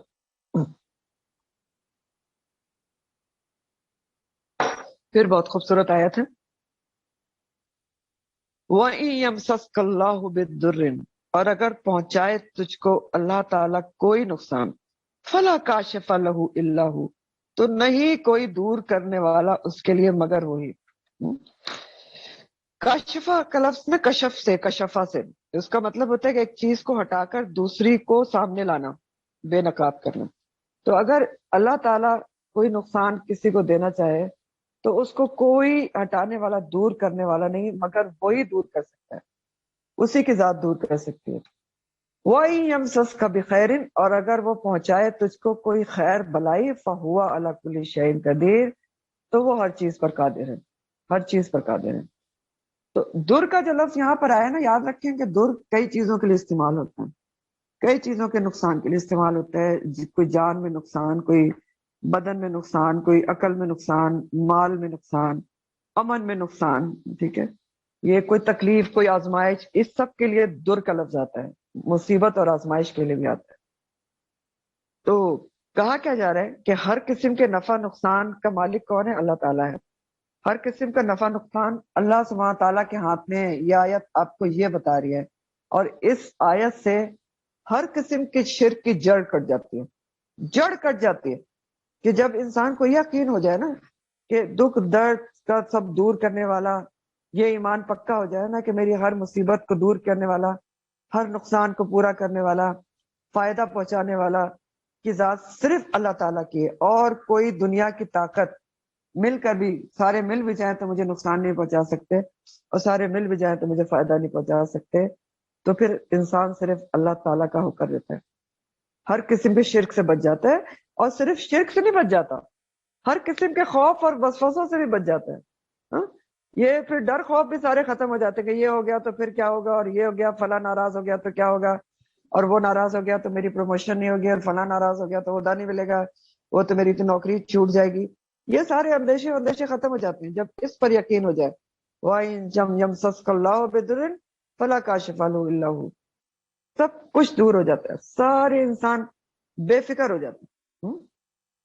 پھر اس کی نظر صرف اللہ پر ہوتی ہے کہ ہر چیز تو اللہ کے ہاتھ میں ہے، زندگی، موت، اولاد، عزت، میری صحت، رزق کی فراوانی، ترقی، سب اس کا مالک خالق اللہ تعالیٰ ہے، وہ دینے والا ہے. تو سوچ کے دیکھیں نا، انسان مزاروں پہ کیوں جاتا ہے؟ پیروں فقیروں کے پاس کیوں جاتا ہے؟ سوچے نا کیوں جاتے ہیں؟ ہاں؟ اس لیے جاتے ہیں کہ کسی نقصان سے بچنا چاہتے ہیں، یا کوئی چیز چاہیے ہوتی ہے، کوئی فائدہ چاہیے ہوتا ہے، فائدوں کے حصول کے لیے. تو ہم اپنے فائدوں کے حصول کے لیے، اپنی نقصان سے بچنے کے لیے انسانوں کو داتا بنا لیتے ہیں، پیروں کو دینے والا سمجھنے لگتے ہیں، جبکہ مالک اور مختار صرف اللہ تعالیٰ ہے. تو اب کیا ہوتا ہے؟ یہ سب کچھ کیوں ہوتا ہے؟ یہ اسی عقیدے کی کمزوری کی وجہ سے ہوتا ہے جو عقیدہ یہاں بیان کیا جا رہا ہے. یاد رکھیں، بہت امپورٹنٹ عقیدہ یہاں بیان کیا جا رہا ہے. اس عقیدے کی کمزوری ہوتی ہے، ضعیف الاعتقادی ہوتی ہے، جس کی وجہ سے لوگ پیروں فقیروں کے اوپر جمگٹا لگا رہتا ہے اور مزار کے اوپر جمگٹا لگا رہتا ہے. سمجھ آ رہی ہے آپ کو؟ یہ اس عقیدے کی کمزوری ہے، اس عقیدے کی کمزوری ہے. اور اسی عقیدے کی کمزوری کی وجہ سے سارے انسان، ساری دنیا جو ہے نا، خوف اور غم اور انزائٹی اور ڈپریشن، ان سب میں مبتلا ہوتی ہے. اسی عقیدے کی کمزوری ہے. اگر ورنہ یہ دل میں آپ کا عقیدہ پکا ہو جائے نا کہ سارے جن اور انس مل کر بھی مجھے کوئی نقصان پہنچانا چاہیں اور اللہ کا اذن نہ ہو تو نہیں پہنچ سکتا. اور اللہ کا اذن کیوں ہوتا ہے؟ اب آپ کہیں گے اللہ کا اذن کیوں ہوتا ہے دور پہنچانے کا؟ تو اللہ کا اذن اس لیے ہوتا ہے کہ اس کے بہت ساری مشیت اور حکمت ہو سکتی ہے. آپ کی آزمائش ہو سکتی ہے، میری آزمائش ہو سکتی ہے، ٹھوکا بجایا جا سکتا ہے کہ دیکھیں کتنا پکا ہے، درجات کی بلندی مقصود ہو سکتی ہے، بہت کچھ ہوتا ہے اس میں. تو دور تو پہنچ سکتی ہے. لیکن اس کے اذن کے ساتھ ہی ہوتی ہے، دنیا کے کوئی طاقت نہیں پہنچا سکتی. یاد رکھیں، یہ کانسیپٹ کلیئر کریں اپنے ذہن میں، اور نہ سمجھ میں آئے تو دوبارہ پوچھ لیجیے گا بے شک. تو بات یہ ہے کہ اسی عقیدے کی کمزوری کی وجہ سے انسان کے دروں پہ جاتا ہے، شرک کرتا ہے. اسی عقیدے کی کمزوری کی وجہ سے سارا یہ ذہنی بیماریاں ہوتی ہیں، ٹینشن، ڈپریشن، اینزائٹی، فلانا، کہ اس بات پہ ہمیں یقین ہی نہیں ہے. ورنہ اگر اس پہ انسان کو یقین ہو جائے نا کہ اللہ کا اذن نہ ہو تو ساری دنیا کے لوگ بھی جن و انس مل جائیں تو مل کر مجھے کوئی نقصان نہیں پہنچا سکتے. اور اسی طرح اگر اللہ کا اذن نہ ہو، ساری دنیا کے لوگ اور جن و انس مل کر بھی مجھے کوئی فائدہ پہنچانا چاہے تو مجھے نہیں مل سکتا.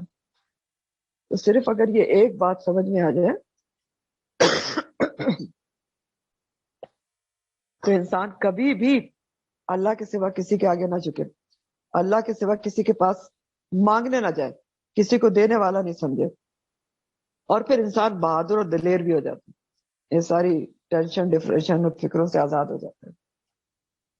تو ابن عباس سے مروی ایک حدیث کا مفہوم ہے، ابو داؤد کا، بڑی خوبصورت حدیث ہے، ابن عباس سے مروی ہے. وہ کہتے ہیں ابن عباس کہ میں ایک دن نبی کریم صلی اللہ علیہ وسلم کے ساتھ پیچھے سواری پر بیٹھا تھا، تو آپ سسر نے کہا کہ اے لڑکے، کچھ الفاظ سناتا ہوں تو وہ غور سے سننا اور یاد کر لو، اللہ تجھے محفوظ رکھے گا. پھر آپ نے کیا الفاظ سنائے ان کو؟ آپ نے فرمایا کہ تو اللہ کو یاد رکھ، بس تو اسے سامنے پائے گا. آپ بھی غور سے سنیں، بہت ہی غور طرف الفاظ ہیں، نبی بتا رہے ہیں صلی اللہ علیہ وسلم کہ یاد رکھو. تو کیا بتا رہے ہیں؟ اللہ کو یاد رکھو تو سامنے پائے گا.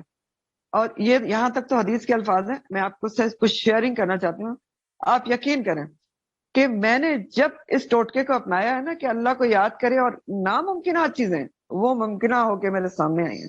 یہ میں ایک حقیر فقیر سی چیز ہوں، لیکن میں نے اس کو دیکھا ہے کہ جب اللہ کو دل سے یاد کیا ہے تو وہ اللہ کو سامنے پایا ہے. نبی نے کہہ دیا نا صلی اللہ علیہ وسلم، تو غلط تو ہو نہیں سکتا نا. تو آپ نے فرمایا کہ تو اللہ کو یاد رکھ، بس تو اسے سامنے پائے گا. اور جب کچھ مانگنا ہو تو اللہ ہی سے مانگنا، جب مدد کی ضرورت ہو تو اللہ ہی سے طلب کرو. اور جان رکھو کہ اگر تمام جہان مل کر تجھے نقصان پہنچانا چاہیں تو تجھ کو نقصان نہیں دے سکتے، اتنا ہی دے سکتے ہیں جتنا اللہ چاہے. اور اگر تمام جہان مل کر تجھے نفع پہنچانا چاہے تو اتنا ہی پہنچا سکتے ہیں جتنا کہ اللہ چاہے. ٹھیک ہے؟ تب آپ دیکھیں کتنی زبردست بات آپ نے ابن عباس کو بتائی، جو ہمارے لیے اتنی بڑی مشعل راہ ہے. اسی کو ہم اگر اپنے پلو سے باندھ لیں تو کیا اس آیت اور اس حدیث کو یہ اگر ٹوٹکا زندگی کا بنا لیں، اصول بنا لیں، تو ہماری ساری مشکلیں، پریشانیاں دور نہیں ہو جائیں گی. سورہ فاطر آیت نمبر 2 میں بھی اللہ تعالیٰ بڑی خوبصورت بات کہتے ہیں. فاطر آیت نمبر 2 ہے، ما یفتح اللہ للناس من رحمت فلا ممسک لها. اگر اللہ تعالیٰ اپنی رحمت کا دروازے کسی پر کھول دے تو اس کو کوئی بند کرنے والا نہیں ہے. ٹھیک ہے؟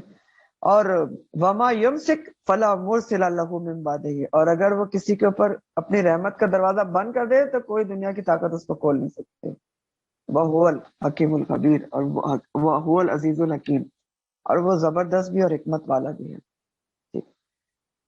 تو بہت خوبصورت عقیدہ یہاں پر بیان کیا جا رہا ہے کہ اگر ہم اس کو اپنے پلے باندھ لیں تو بس سمجھ لیں کہ بیڑا پار ہے. وَهُوَ عَلَى كُلِّ شَيْءٍ قدیر، اور وہ یقینی طور پر ہر چیز پر قدرت رکھنے والا ہے. تو سبق تو اس آیت کا بھی بہت ہی اہم اور ڈیپ ہے ہمارے لیے، کہ جیسے میں نے آپ کو بتایا کہ اس آیت کو زندگی کا اصول بنائے اور اس عقیدے کو دل میں جمائے کہ ہر قسم کے نفع اور نقصان کا مالک صرف اللہ ہے. اور اگر ایسا کر لیا تو یقین کر لیں کہ دل سے ہر غم، خوف، سارے اندیشے نکل جائیں گے. یہ سب نکل جائے گا کہ اگر میں نے یہ کیا تو وہ ناراض ہو جائے گا، میں نے یہ کیا تو یہ ہو جائے گا. کچھ بھی نہیں ہوگا. اللہ کے اذن کے بغیر کوئی آپ کو نقصان نہیں پہنچا سکتا، اور اللہ کے اذن کے بغیر کوئی آپ کو فائدہ بھی نہیں پہنچا سکتا. ہاں، تو پھر سمجھنے کی بات کیا ہے کہ رابطہ کس سے قائم کرنا چاہیے، رابطہ کہاں بحال رکھنا چاہیے، جو نبی کریم صلی اللہ علیہ وسلم نے بتا دیا. اتنی خوبصورت بات کہ تو اللہ کو یاد رکھ، بس تو اس کو سامنے پائے گا. مانگنا ہے تو اس سے مانگ، ضرورت ہے تو اس سے طلب کر. تو یہ ہے سیکھنے کی بات، یہ ہے سیکھنے کی بات. اس سے رابطے بحال رکھیں، اپنی ہر مشکل، مصیبت، پریشانی اس کے حضور پیش کریں، بات چیت کریں نا. انما اشکو بثی و حزنی الی اللہ. اور دوسرا اہم سبق یہ ہے کہ بہت ہی اہم ہے وہ بھی، کہ کسی بھی مشکل پریشانی بیماری پر نا امید نہیں ہونا چاہیے. بے شک کتنی بڑی سے بڑی بیماری آ جائے، انسان کو اپنے آپ کو چھوڑ نہیں دینا چاہیے، مایوس نہیں ہونا چاہیے کہ بس اب تمہیں کیا، اب تو کچھ بھی نہیں ہو سکتا. نہیں، اللہ کے اوپر یقین رکھنا چاہیے، دعا کرنا چاہیے اس یقین کے ساتھ کہ وہ ان اللہ علی کل شیء قدیر ہے. وہ چاہے تو بڑی سے بڑی مشکل مصیبت بیماری سب دور کر سکتا ہے، اور وہ کرتا ہے. آپ دیکھتے نہیں، مہینوں لوگ کوما میں پڑے ہوتے ہیں پھر کھڑے ہو جاتے ہیں ٹھیک ٹھاک ہو کے.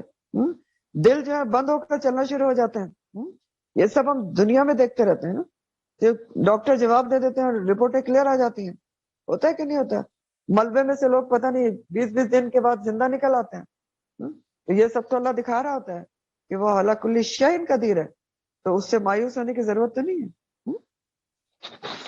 وَهُوَ الْقَاهِرُ، اور وہ غلبہ رکھنے والا ہے، فوق عبادہ، اپنے بندوں کے اوپر. قاہر کا جو لفظ ہے نا، وہ عربی میں اس کا مطلب اردو سے بالکل مختلف ہوتا ہے. اردو میں ہم قہر اور قاہر کا مطلب لیتے ہیں قہر کا، کہ غصہ شاید بہت زیادہ کہ اس کا قہر نازل ہو گیا، فلانا ہو گیا. عربی میں اس کا معنی یہ نہیں ہوتا. قہرہ اور قاہر کا مطلب ہوتا ہے عربی میں اقتدار والا، اختیار رکھنے والا، غلبہ اور تسلط رکھنے والا. قاہر اللہ کی صفت ہے نا، تو اس کا مطلب یہ ہے اقتدار، غلبہ، اختیار، تسلط رکھنے والا. تو وہ القاہر فوق عبادہ، وہ اپنے بندوں پر غالب ہے، اس کا اقتدار ہے، اس کا اختیار ہے ہر قسم کے بندوں پر. عبادہ چاہے کوئی بھی بندہ ہے، وہ اس کے تسلط میں. کوئی بندہ بھی اس کے اختیار سے نکل کر کہیں بھاگ نہیں سکتا. سورہ رحمان میں آتا ہے نا، یا معاشر الجن والانس ان استطعتم ان تنفذوا من اقطار السماوات والارض فانفذوا لا تنفذون الا بسلطان. اے گروہ جن و انس، اگر تم آسمان کے کناروں سے بھاگنا چاہتے ہو کہ اللہ سے بچ کے کہیں بھاگ جاؤ، تو بھاگنے کی کوشش کر کے دیکھ لو، جتنی استطاعت رکھتے ہو نہیں بھاگ سکتے، اللہ یہ کہ اس کا کوئی مشیت ہو جائے. تو پھر بتایا جا رہا ہے کہ وہ هو القاہر فوق عبادہ، وہ اپنے بندوں پر اس کا تسلط ہے، اسی کی حکمرانی ہے، اسی کا اختیار ہے، تو کہیں کوئی اس سے نکل کر بھاگ ہی نہیں سکتا. تو لہٰذا بندوں کے لیے بہترین روش، بہترین طریقہ کیا ہے کہ صرف اسی کے آگے سر تسلیم خم کر دیں. اور مزید وہ هو الحکیم الخبیر بھی ہے، حکیم بھی ہے، حکمت والا بھی ہے، اور خبیر بھی ہے، بہت خبر رکھنے والا بھی ہے. حکیم کا جو لفظ ہوتا ہے ذرا اس کو بھی سمجھ لیں کہ حکمت کیا ہوتی ہے. حکمت جو ہوتی ہے وہ دو طرح کی ہوتی ہے. اللہ تعالیٰ کی حکمت دو طرح کی ہوتی ہے، ایک کونی ہوتی ہے اور ایک شرعی ہوتی ہے. کونی یعنی کائنات میں جو اس کی حکمت کار فرما ہے وہ کونی ہے. اور شرعی حکمت کیا ہے؟ جو اس نے احکامات شریعت دیے ہیں وہ بھی حکمت کے مطابق دیے ہیں. اور ظاہری اور باطنی حکمت بھی کہلاتی ہے. اس کی مثال آپ کو ایسے بتاتی ہوں کہ دیکھیں پھول پتے اللہ تعالیٰ نے بنائے نا جو ظاہری طور پر بہت خوبصورت ہیں.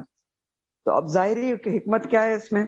پھول پتے خوبصورت بنانے میں کہ ہمیں اچھے لگتے ہیں، دنیا کی زینت ہے، بہت خوبصورتی پیدا ہوتی ہے.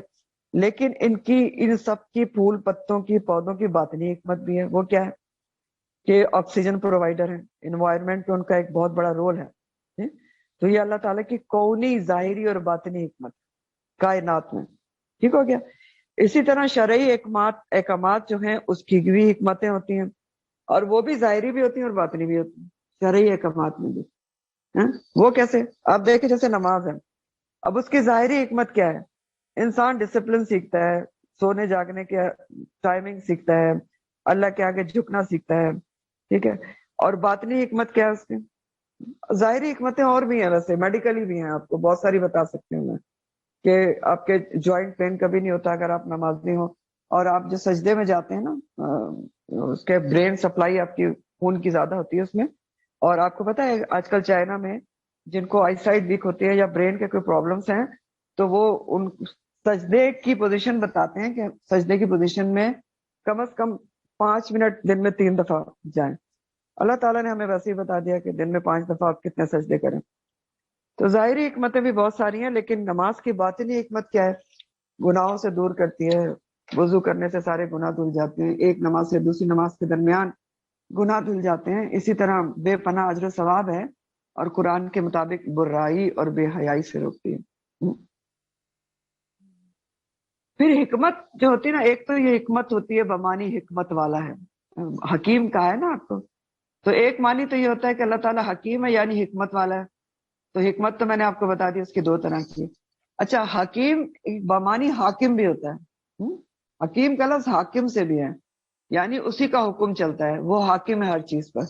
ہاں، مثلاً دیکھیں، اگر ہم چاہیں کہ موسم نہ بدلے، بہت گرمی نہ ہو اور بہت سردی نہ ہو، ایک بیلنس معتدل موسم رہے، تو ایسا نہیں ہو سکتا. کیوں؟ کیونکہ وہ حاکم ہے، اس کا حکم بھی ہے کہ وہ موسم ضرور تبدیل ہوں گے، اور حکمت بھی ہے موسم تبدیل ہونے میں کہ سروائیول اسی کے اندر ہے. اب سمجھ میں آ گیا آپ کو دونوں طریقے سے. حکمت کیا ہے؟ بامانی حکمت والا ہے کہ ہر چیز اس کا حکمت پہ مبنی ہے، اس میں کچھ نہ کچھ فائدہ ہوتا ہے. اور حاکم کہ اسی کا حکم چلتا ہے. اس حساب سے میں نے آپ کو مثال بنا دی کہ اگر ہم لاکھ چاہیں کہ موسم زیادہ گرمی نہ ہو، بہت گرمی سردی نہ ہو، تو ایسا نہیں ہو سکتا، کیونکہ وہ حاکم ہے، اس کا حکم ہے کہ موسم تبدیل ہوگا. اور حکمت کیا ہے اس کی کہ موسم بدلے، کیونکہ اسی میں سروائیول ہے. ٹھیک ہے، تو بہرحال حکیم بھی ہے اور خبیر بھی ہے، بہت خبر رکھنے والا ہے. کس کس چیز کی خبر رکھنے والا ہے؟ ہر چیز کا، اپنے بندوں کی.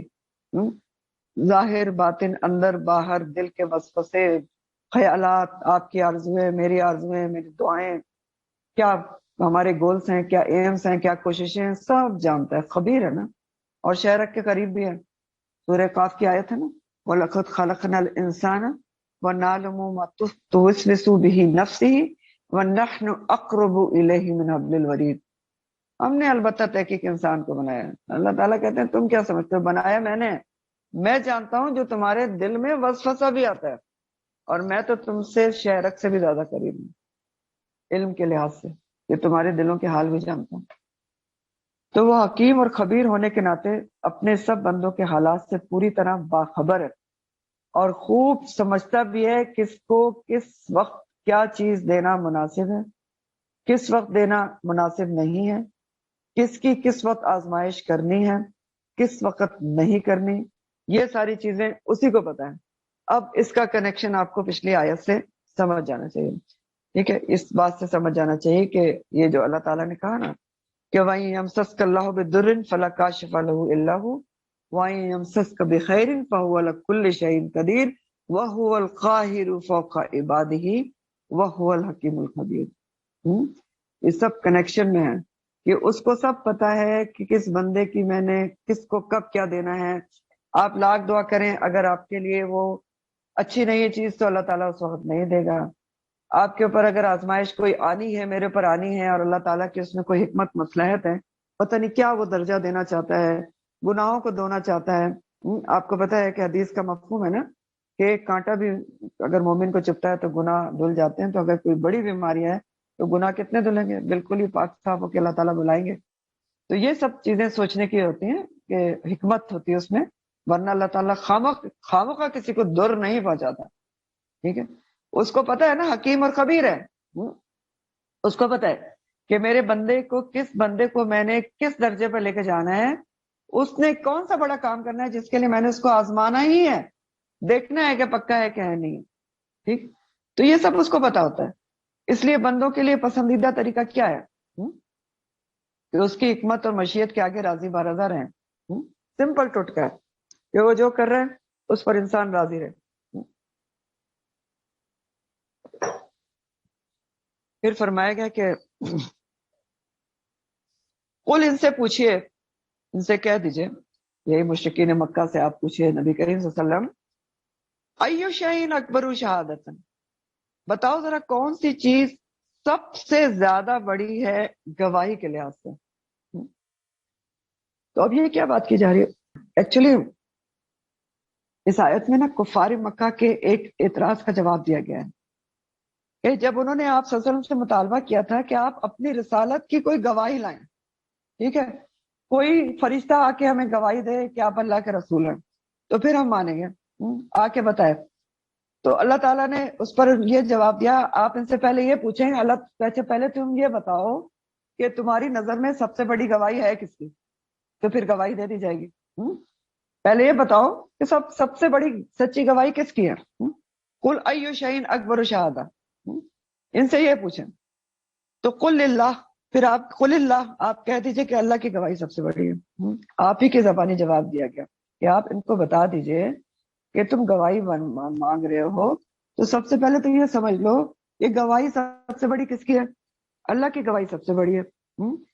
تو اللہ کی گواہی جب سب سے بڑی ہے تو دیکھ لو کہ اللہ ہی شہید گواہ ہے بینی و بینکم، میرے درمیان اور تمہارے درمیان۔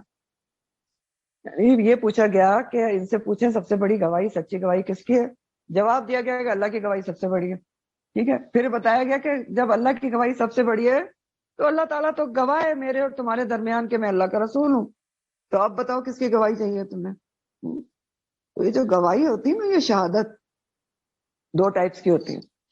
ٹھیک ہے، ایک عینی شہادت ہوتی ہے نا جس کو آپ کہتے ہیں آئی وٹنس، آنکھوں دیکھا حال، اور دوسری جو گواہی ہوتی ہے وہ یقین کامل کی بنیاد پر ہوتی ہے جس کو انگریزی میں ایویڈنس کہتے ہیں۔ پتہ ہے نا، ایک کون سی ہوگی آئی وٹنس اور دوسری کون سی ہوگی یقین کامل کی بنیاد پر گواہی، ایویڈنس کی بنیاد پر۔ تو ہم جو مسلمان ہیں نا، وہ ہم کون سی گواہی دیتے ہیں کہ اللہ ایک اور محمد اس کے رسول صلی اللہ علیہ وسلم ہے؟ یقین کامل کی بنیاد پر۔ عینی شہادت تو نہیں ہے نا، کیونکہ ہم نے نہ اللہ کو دیکھا نہ رسول کو دیکھا، لیکن ہمیں کامل یقین ہے ایویڈنسز کے حساب سے کہ اللہ موجود ہے ہر جگہ، اس کی کائنات میں نشانیاں بکھری ہوئی ہیں۔ تو یقین کامل کی بنیاد پر ہم گواہی دیتے ہیں کہ اللہ ایک ہے۔ تو اللہ کی گواہی سب سے سچی کیوں ہے، سب سے بڑی کیوں ہے؟ کیونکہ اس میں یہ گواہی کے دونوں پہلو موجود ہیں نا، عینی شہادت بھی ہے سوری عینی شہادت کیسے؟ کیونکہ اللہ تعالیٰ اپنے علم کی بنیاد پر، سمیع اور بصیر ہونے کی بنیاد پر ہر چیز کو دیکھ رہا ہے، تو اس کی گواہی آنکھوں دیکھی بھی ہے، ہر جگہ موجود ہے، سمیع اور بصیر ہونے کی وجہ سے۔ اور کیونکہ وہ کائنات کی ہر ایک چیز کا خالق بھی ہے، مالک بھی ہے، مدبر بھی ہے، اس لیے اس جیسا کامل یقین بھی کسی چیز کے بارے میں کسی اور کو سے زیادہ نہیں ہو سکتا۔ تو اللہ کی گواہی سب سے بڑی ہے اور سچی ہے، اور اللہ کی گواہی سب سے پہلے کس کے بارے میں ہے؟ اس کی توحید کے بارے میں سچی ہے کہ اللہ نے کہہ دیا اللہ ایک ہے تو اللہ ایک ہی ہے، وہ واحد الہ ہے، کیونکہ اس کی گواہی سب سے بڑی ہے تو بس بات مان لی جائے گی۔ اور ایویڈنس سے ثابت بھی ہے کہ اللہ کی گواہی سچی ہے کہ اللہ تعالیٰ واحد الہ ہے۔ ٹھیک، اور دوسری گواہی کون سی ہے اللہ تعالیٰ کی جو یہاں پر کہی جا رہی کہ آپ بتا دیجئے کہ سب سے بڑی گواہی اللہ کی ہے، اور اللہ تعالیٰ گواہ ہے شہید بینی و بینکم، کس بات پر گواہ ہے؟ کہ نبی کریم صلی اللہ علیہ وسلم اللہ کے رسول ہیں۔ تو اب دیکھیں نبی کریم صلی اللہ علیہ وسلم اللہ کے رسول ہیں، یہ ایویڈنس سے کیسے ثابت ہے؟ ایک نبی، ایک آدمی ہے، ایک شخص ہے جو امی ہے، جس کو لکھنا پڑھنا بالکل آتا ہی نہیں، ایک سادہ سی زبان بولتا ہے عربی کی، نہ لکھ سکتا ہے نہ پڑھ سکتا ہے، اچانک 40 سال کی عمر میں اس کے منہ سے ایک فصیح و بلیغ کلام کا نازل جاری ہو جاتا ہے۔ تو یہ آپ صلی اللہ علیہ وسلم کی رسالت کی واضح دلیل ہے، اور اللہ تعالیٰ خود بھی گواہی دیتے ہیں کہ آپ اللہ کے رسول ہیں۔ یاسین والقرآن الحکیم انک لمن المرسلین۔ تو اللہ تعالیٰ نے گواہی دے دی کہ آپ اللہ کے رسول ہیں، اور اللہ کی گواہی سب سے بڑی ہے، تو اب تو کوئی شک و شبہ رہ ہی نہیں گیا۔ تو یہاں پر کفار مکہ کے اعتراض کے جواب میں کہ رسالت کی گواہی دو، اس آیت کا نزول ہوا تھا، اور آپ صلی اللہ علیہ وسلم سے کہلوا دیا گیا کہ آپ ان کو بتا دیجئے کہ سب سے بڑی گواہی دینے والا، سچی گواہی دینے والا اللہ تعالیٰ ہے، اور اللہ تعالیٰ گواہی دے رہا ہے میرے اور تمہارے درمیان کہ میں اللہ کا رسول ہوں، اور جو کچھ بھی میرے پر اتر رہا ہے یا نازل ہو رہا ہے وہ اسی کی طرف سے وحی کیا جا رہا ہے، میں اپنی طرف سے کچھ بھی نہیں کہہ رہا ہوں۔ وَأُوحِیَ إِلَيَّ، اور وہی کیا گیا ہے الیہ میری طرف، حاضل قرآن، یہ قرآن، یہ قرآن بھی میری طرف اسی کی طرف سے نازل کیا جا رہا ہے، وہی کیا جا رہا ہے، اللہ تعالیٰ ہی بھیج رہے ہیں، میں اپنی طرف سے کچھ نہیں بتا رہا ہوں تم کو۔ اور یہ قرآن میرے طرف اوپر نازل کیوں کیا جا رہا ہے، وہی کیوں کیا جا رہا ہے؟ لِأُنذِرَكُمْ، تاکہ میں ڈراؤں تم کو، انذار کروں تمہارا، بھی ساتھ اس کے، کس کے ساتھ؟ قرآن کے ساتھ، وَمَن بلغ، اور جس تک پہنچے۔ یہ بھی بہت خوبصورت آیت، بہت خوبصورت آیت ہے، ایک خوبصورت آیات ہیں۔ تو رسول بنانے اور صلی اللہ علیہ وسلم کو رسول بنانے اور قرآن بھیجنے کا مقصد کیا بتایا جا رہا ہے؟ ایم اور گول کیا بتایا جا رہا ہے؟ ہاں، لِأُنذِرَكُمْ، تاکہ میں خبردار کروں تم کو، اور تم کو خبردار کروں، اور کس کو خبردار کروں؟ وَمَن بَلَغ، قیامت تک جس تک قرآن کی آواز پہنچے اس کو خبردار کیا جائے. ٹھیک، یہ بہت اہم بات ہے. وَمَن بَلَغ کیا ہے؟ اس کو خبردار کیا جائے قیامت تک، آخری آدمی تک، دنیا میں جو آخری آدمی کہیں بھی موجود ہے اس تک قرآن کی آواز پہنچائی جائے. اس لیے قرآن میری طرف وحی کیا جا رہا ہے. وَمَن بَلَغ، تو قرآن کو بھیجنے کا مقصد کیا ہے؟ میری طرف وحی بھیجنے کا. لِأُنذِرَكُمْ بِهِ، خبردار کروں. کس چیز سے خبردار کروں؟ کہ یہ دنیا دارالامتحان ہے، آزمائش ہے، یہ امتحان حال ہے، پرچہ آپ کے ہاتھ میں ہے. جو کامیاب ہوا اس کے لیے جنت ہے، جو ناکام ہو گیا وہ بہت ہی پریشانی میں رہے گا پوری ہمیشہ کی زندگی میں. تو اس آیت سے ہمیں کیا پتہ چلتا ہے؟ کہ آپ کی رسالت، قرآن کا پیغام قیامت تک کے لیے، ہر ایک کے لیے ہے. وَمَن بَلَغ، ہر کسی کو پہنچانا ہے یہ پیغام. اور مقصد رسالت کیا ہے؟ اور قرآن کا مقصد لوگوں کو خبردار کرنا. کیا خبردار کرنا؟ کہ نافرمانی پر عذاب ہے، یوم عذاب، وہ جو بڑے دن کا عذاب ہے. اگر معصیت کی تو عذاب ہے، اگر فرمانبرداری کی تو جنت ہے. تو قرآن کے نزول کا مقصد یہ بتایا جا رہا ہے. آپ دیکھیں کیا بتایا جا رہا ہے آپ کے سامنے، کلیئر کٹ. لِأُنذِرَكُمْ بِهِ وَمَن بَلَغ، کہ اس کے ذریعے لوگوں کو خبردار کیا جائے، ان کو آخرت کے بارے میں بتایا جائے تاکہ وہ بچ جائیں. لیکن افسوس کے ساتھ آپ آج دیکھیں تو قرآن زیادہ تر استعمال کس چیز کے لیے ہو رہا ہے؟ کیا انذار کے لیے استعمال ہو رہا ہے؟ وظیفے، وظائف، اچھا کوئی وظیفہ بتا دیں، اچھا اس چیز کے لیے وظیفہ بتا دیں، اچھا فلاں چیز پڑھ لو تو یہ ہو جائے گا، فلاں چیز لکھ کے تعویذ بچے کے گلے میں ڈال دو بچ جائے گا، فال گیری اس سے نکال لو. جادو ٹونے بھی کر لیتے ہیں لوگ اس سے، جن بھوت بھگانے کے لیے بھی استعمال ہو جاتا ہے. دلہن تو اس کے نیچے سے گزرے نہیں تو شاید دلہن کی زندگی خراب ہو جاتی ہے، اس کو گزارنے کے لیے، قسمیں کھانے کے لیے، گھر میں لٹکانے کے لیے، یہ سارے مقاصد کے لیے استعمال ہو رہا ہے بڑی فریکوینٹلی. لیکن جس مقصد کے لیے آیا، خبردار کرنے کے لیے، وہ کتنا کیا جا رہا ہے؟ کیا لوگ خود خبردار ہو رہے ہیں اور خبردار کر رہے ہیں؟ کتنے لوگ کر رہے ہیں؟ آپ بتائیں مجھے پرسنٹیج کیا ہو رہا ہے. ٹائم ہی نہیں ہے کہ خود خبردار ہو. اور اگر خود خبردار ہو بھی گئے تو آگے خبردار کرنے کا ٹائم نہیں ہے. ٹائم ہے بھی تو پھر شاید احساس نہیں ہے، یہی کہہ سکتے ہیں. اور اگر زیادہ خبردار کرو تو لوگ کہتے ہیں آپ تو ڈراتی ہیں. لیکن بات یہ ہے کہ خبردار تو کرنا ہے. ربی بن انس کہتے ہیں، ربی بن انس جو صحابی ہیں، ان کا قول ہے، وہ کہتے ہیں کہ اب جس کے پاس بھی قرآن پہنچ جائے، اگر وہ سچا نبی کا پیروکار ہے، سچا نبی کا پیروکار، تو اس کو چاہیے کہ وہ بھی اسی طرح دین کی دعوت لوگوں کو دے جس طرح نبی کریم صلی اللہ علیہ وسلم نے دی تھی، اور ہر اس چیز سے لوگوں کو ڈرائے جس سے آپ نے ڈرایا تھا. ٹھیک ہے، تب آپ دیکھیں کہ ومم بلک کے حساب سے ہمارے لیے سبق بہت ہی امپورٹنٹ ہے. ومم بلک کہ یہ ہمارا کام ہے کہ اللہ تعالیٰ یہاں پر قرآن کے نزول کا مقصد بتا رہے ہیں کہ خبردار کیا جائے اس ذریعے، خود خبردار ہو کے جہاں تک پہنچ سکے وہاں تک پہنچایا جائے. ٹھیک، تو حکم ہے یہاں پر. آپ دیکھیں حکم پتہ چل رہا ہے آپ کو کہ اللہ تعالیٰ کہہ رہے ہیں یہ آپ نے کرنا ہی کرنا ہے، کیونکہ قرآن کے نزول کا مقصد ہی ہے. وَأُوحِيَ إِلَيَّ هَٰذَا الْقُرْآنُ لِأُنذِرَكُمْ بِهِ وَمَن بَلَغَ، جہاں تک پہنچا سکیں وہاں تک پہنچائیں. دنیا کے کونے کونے میں جتنی میکسیمم کوشش کریں کہ قرآن کا پیغام پہنچا سکیں. تو یہ ہماری طلب اور تڑب ہونا ہی چاہیے. اور ربی بن انس کا قول میں نے آپ کو بتا دیا، جو سچا نبی کا پیروکار ہے اس کو یہ کرنا ہی کرنا ہے. بہرحال آگے اللہ تعالیٰ فرماتے ہیں اِنَّكُمْ لَتَشْهَدُونَ أَنَّ مَعَ اللَّهِ إِلَٰهًا آخر، کیا بھلا بے شک تم گواہی دیتے ہو کہ اللہ کے ساتھ کوئی دوسرے الہ بھی ہے. اب دیکھیں مشرکین کے اوپر مزید ایک اتمام حجت کی جا رہی ہے، بڑا ہی خوبصورت طریقہ ہے. ان کو بتایا جا رہا ہے کہ دیکھو گواہی تو کبھی بھی محض قیاس اور گمان پر تو ہوتی نہیں، اس کے لیے یا تو مکمل یقین چاہیے ہوتا ہے، یقین کامل، ایویڈنسز چاہیے ہوتے ہیں، یا پھر آئی وٹنس چاہیے ہوتی ہے، واضح دلائل سے ثابت کیا جاتا ہے.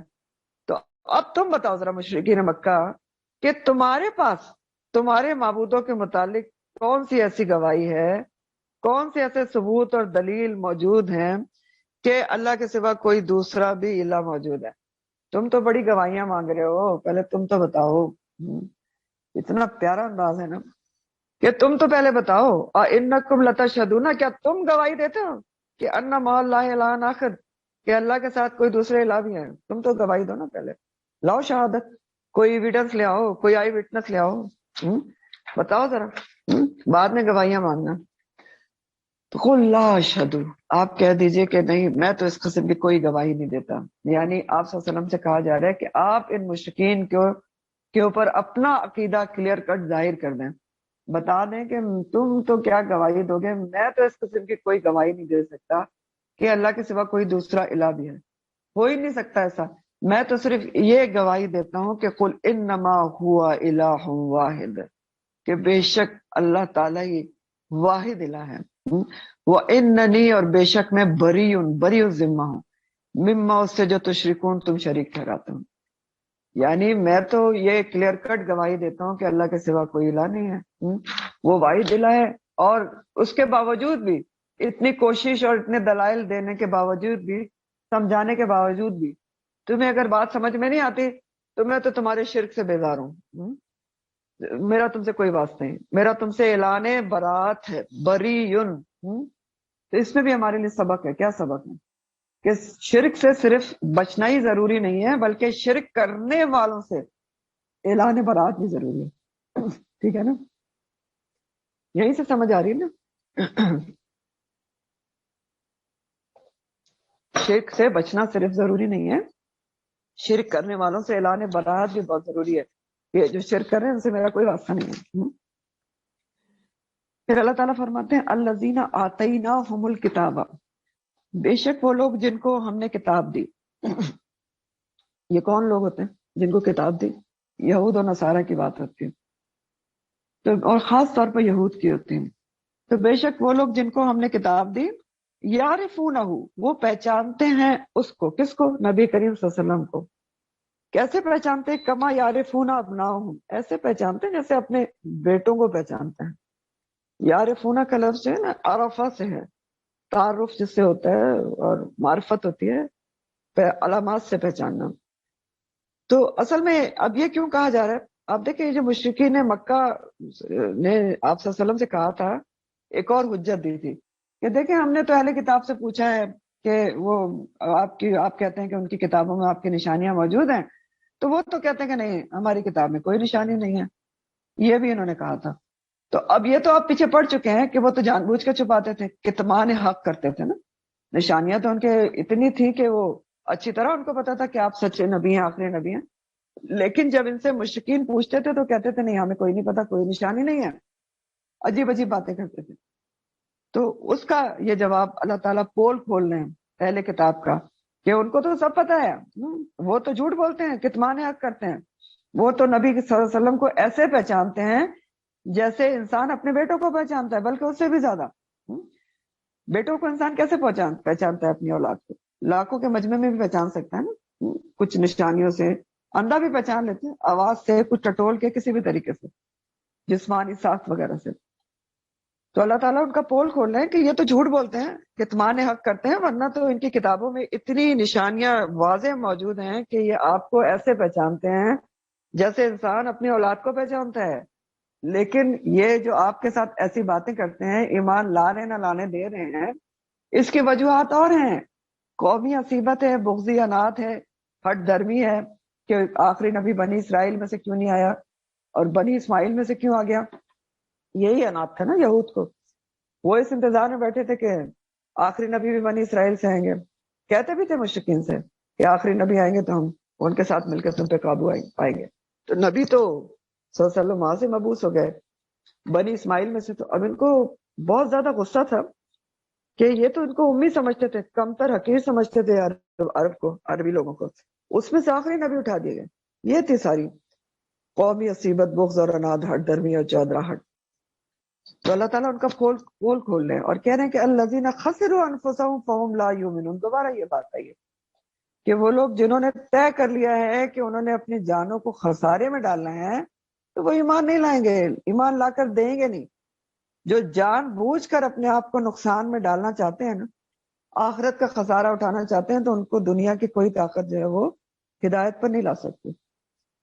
تو اب ہمارے سوچنے کی یہاں پر بات یہ ہے کہ انسان ایسا کیوں کرتا ہے کہ وہ حق کو جان لیتا ہے، پہچان لیتا ہے اچھی طرح سے، اس کے باوجود قبول نہیں کرتا؟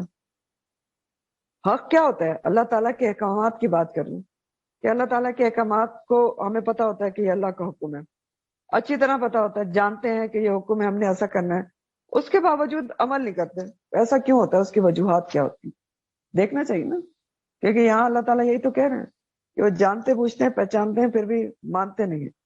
تو انسان ایسا کیوں کرتا ہے کہ جاننے پہچاننے کے باوجود حق کو قبول نہیں کرتا، احکامات سننے سمجھنے کے باوجود عمل نہیں کرتا؟ تو اس کی کئی وجوہات ہوتی ہیں جو نوٹ ڈاؤن کریں اور ہمارے سمجھنے سے تعلق رکھتی ہیں. پہلی وجہ تو یہ ہوتی ہے کہ دین پر جب انسان عمل کرتا ہے نا تو اس کو باؤنڈریز میں رہنا پڑتا ہے، ڈسپلن میں آنا پڑتا ہے. جیسے وہ حدیث کہتی ہے نا کہ دنیا جو ہے مومن کے لیے قید خانہ ہے اور کافر کے لیے جنت ہے.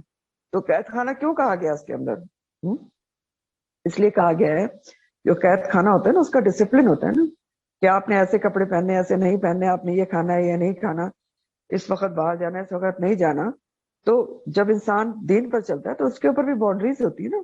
وہ کافر کی طرح فارغ تھوڑی ہوتا ہے کہ وہ سو رہا ہے تو سوتے ہی چلا جا رہا ہے، نمازیں قضا ہو رہی ہیں، اس کے اوپر کوئی ڈسپلن نہیں ہے، حرام کھا رہا ہے حلال کھا رہا ہے، ڈسپلن نہیں ہے. تو پہلی وجہ تو یہ ہے کہ ڈسپلن میں آنا پڑتا ہے جب انسان اللہ کے احکامات پہ چلتا ہے. دوسری وجہ کیا ہے؟ قربانی دینی پڑتی ہے. ٹھیک ہے، بہت ساری چیزیں قربان کرنی پڑتی ہے نا، اپنا آپ کو لائف اسٹائل بدلنا پڑتا ہے. اور یہی ہر قوم کی مصیبت رہی، مشکل رہی کہ وہ لائف اسٹائل بدلنا نہیں چاہتی تھی. اس کے بدلے بنی اسرائیل نے تو انبیاء کو قتل تک کر دیا. تو آج بھی یہ مسئلہ ہے کہ دین پر چلنے کے لیے قربانی دینی پڑتی ہے، کوئی اپنے لائف اسٹائل کو چینج کرنا پڑتا ہے. وہ جس طرح لائف اسٹائل ہم گزار رہے ہوتے ہیں نا اس میں چینجز لانی پڑتے ہیں قربانی دے کے.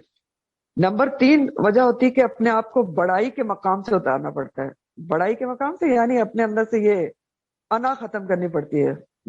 انا خیر منہ کو ختم کرنا پڑتا ہے کہ میں، اگر جب تک اس کو ختم نہ کرے نا آپ کسی کو معاف نہیں کر سکتے اور نہ ہی کسی کو درگزر کر سکتے، نہ کسی سے معافی مانگ سکتے ہیں.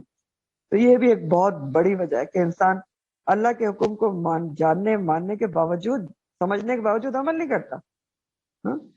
پھر کیا ہے؟ اگلی وجہ کیا ہے؟ عاجزی انکساری اختیار کرنی پڑتی ہے. دین تو سکھاتے ہی آپ کو عاجزی انکساری ہے، تو ظاہر ہے جو گردن ہے اس میں سے سریے کو نکالنا پڑتا ہے. تو یہ بھی نہیں انسان کر پاتا. ناک کو جو ہے اس کو جھکانا پڑتا ہے، ناک بھی نہیں جھک پاتی. پھر کیا ہے اگلی وجہ؟ آبا کے جو رواجی تقلیدی ڈھانچے ہے اس سے باہر نکلنا پڑتا ہے. وہ بھی ہم نکلنا نہیں چاہتے. ٹھیک ہے، آبا کا جو تقلیدی ڈھانچہ ہوتا ہے نا، یعنی آبا کے بس ایک طریقے چل رہے ہیں اسی پہ چلتے چلے جا رہے ہیں، اس کو ختم ہی نہیں کرنا چاہتے. نہیں بس یہ ہوتا تھا، یہ دینا ہے، یہ لینا، وہ کرنا ہے، یہ رسم ہے، وہ فلانی ہے، مرنے پہ یہ کرنا ہے، مرنے پہ بھی لاکھوں روپے خرچ کرنے کیونکہ ہمارے خاندان میں یہی رواج ہے. نکلنا ہی نہیں چاہتے. ٹھیک ہے، یہ وجہ ہوتی ہے کہ ہم آپ کو جانتے پہچانتے ہیں، حکم کا پتہ ہے لیکن عمل نہیں کرتے. پھر اگلی وجہ سب سے بڑی کیا ہوتی ہے؟ خواہش نفس کو کچلنا پڑتا ہے. اپنے دل کو آپ کو کچلنا پڑتا ہے، اپنے دل کو خود ڈسپلن میں لانا پڑتا ہے. جیسے کل بھی ہم نے یہ بات کی تھی میرا جینا میرا مرنے میں، کہ آپ کو اپنے خواہش نفس کو خود ڈسپلن کرنا پڑتا ہے. اپنے اوپر آپ نے خود ایک حدیں لگانی پڑتی کہ میں نے اس سے آگے نہیں جانا، اس سے زیادہ مہنگا کپڑا میں نے نہیں پہننا، اس سے زیادہ چیز میں نے گھر کے لیے نہیں خریدنی، اس سے زیادہ میں نے خرچہ نہیں کرنا. یہ آپ خود کر سکتے ہیں، آپ کے علاوہ کوئی نہیں کر سکتا.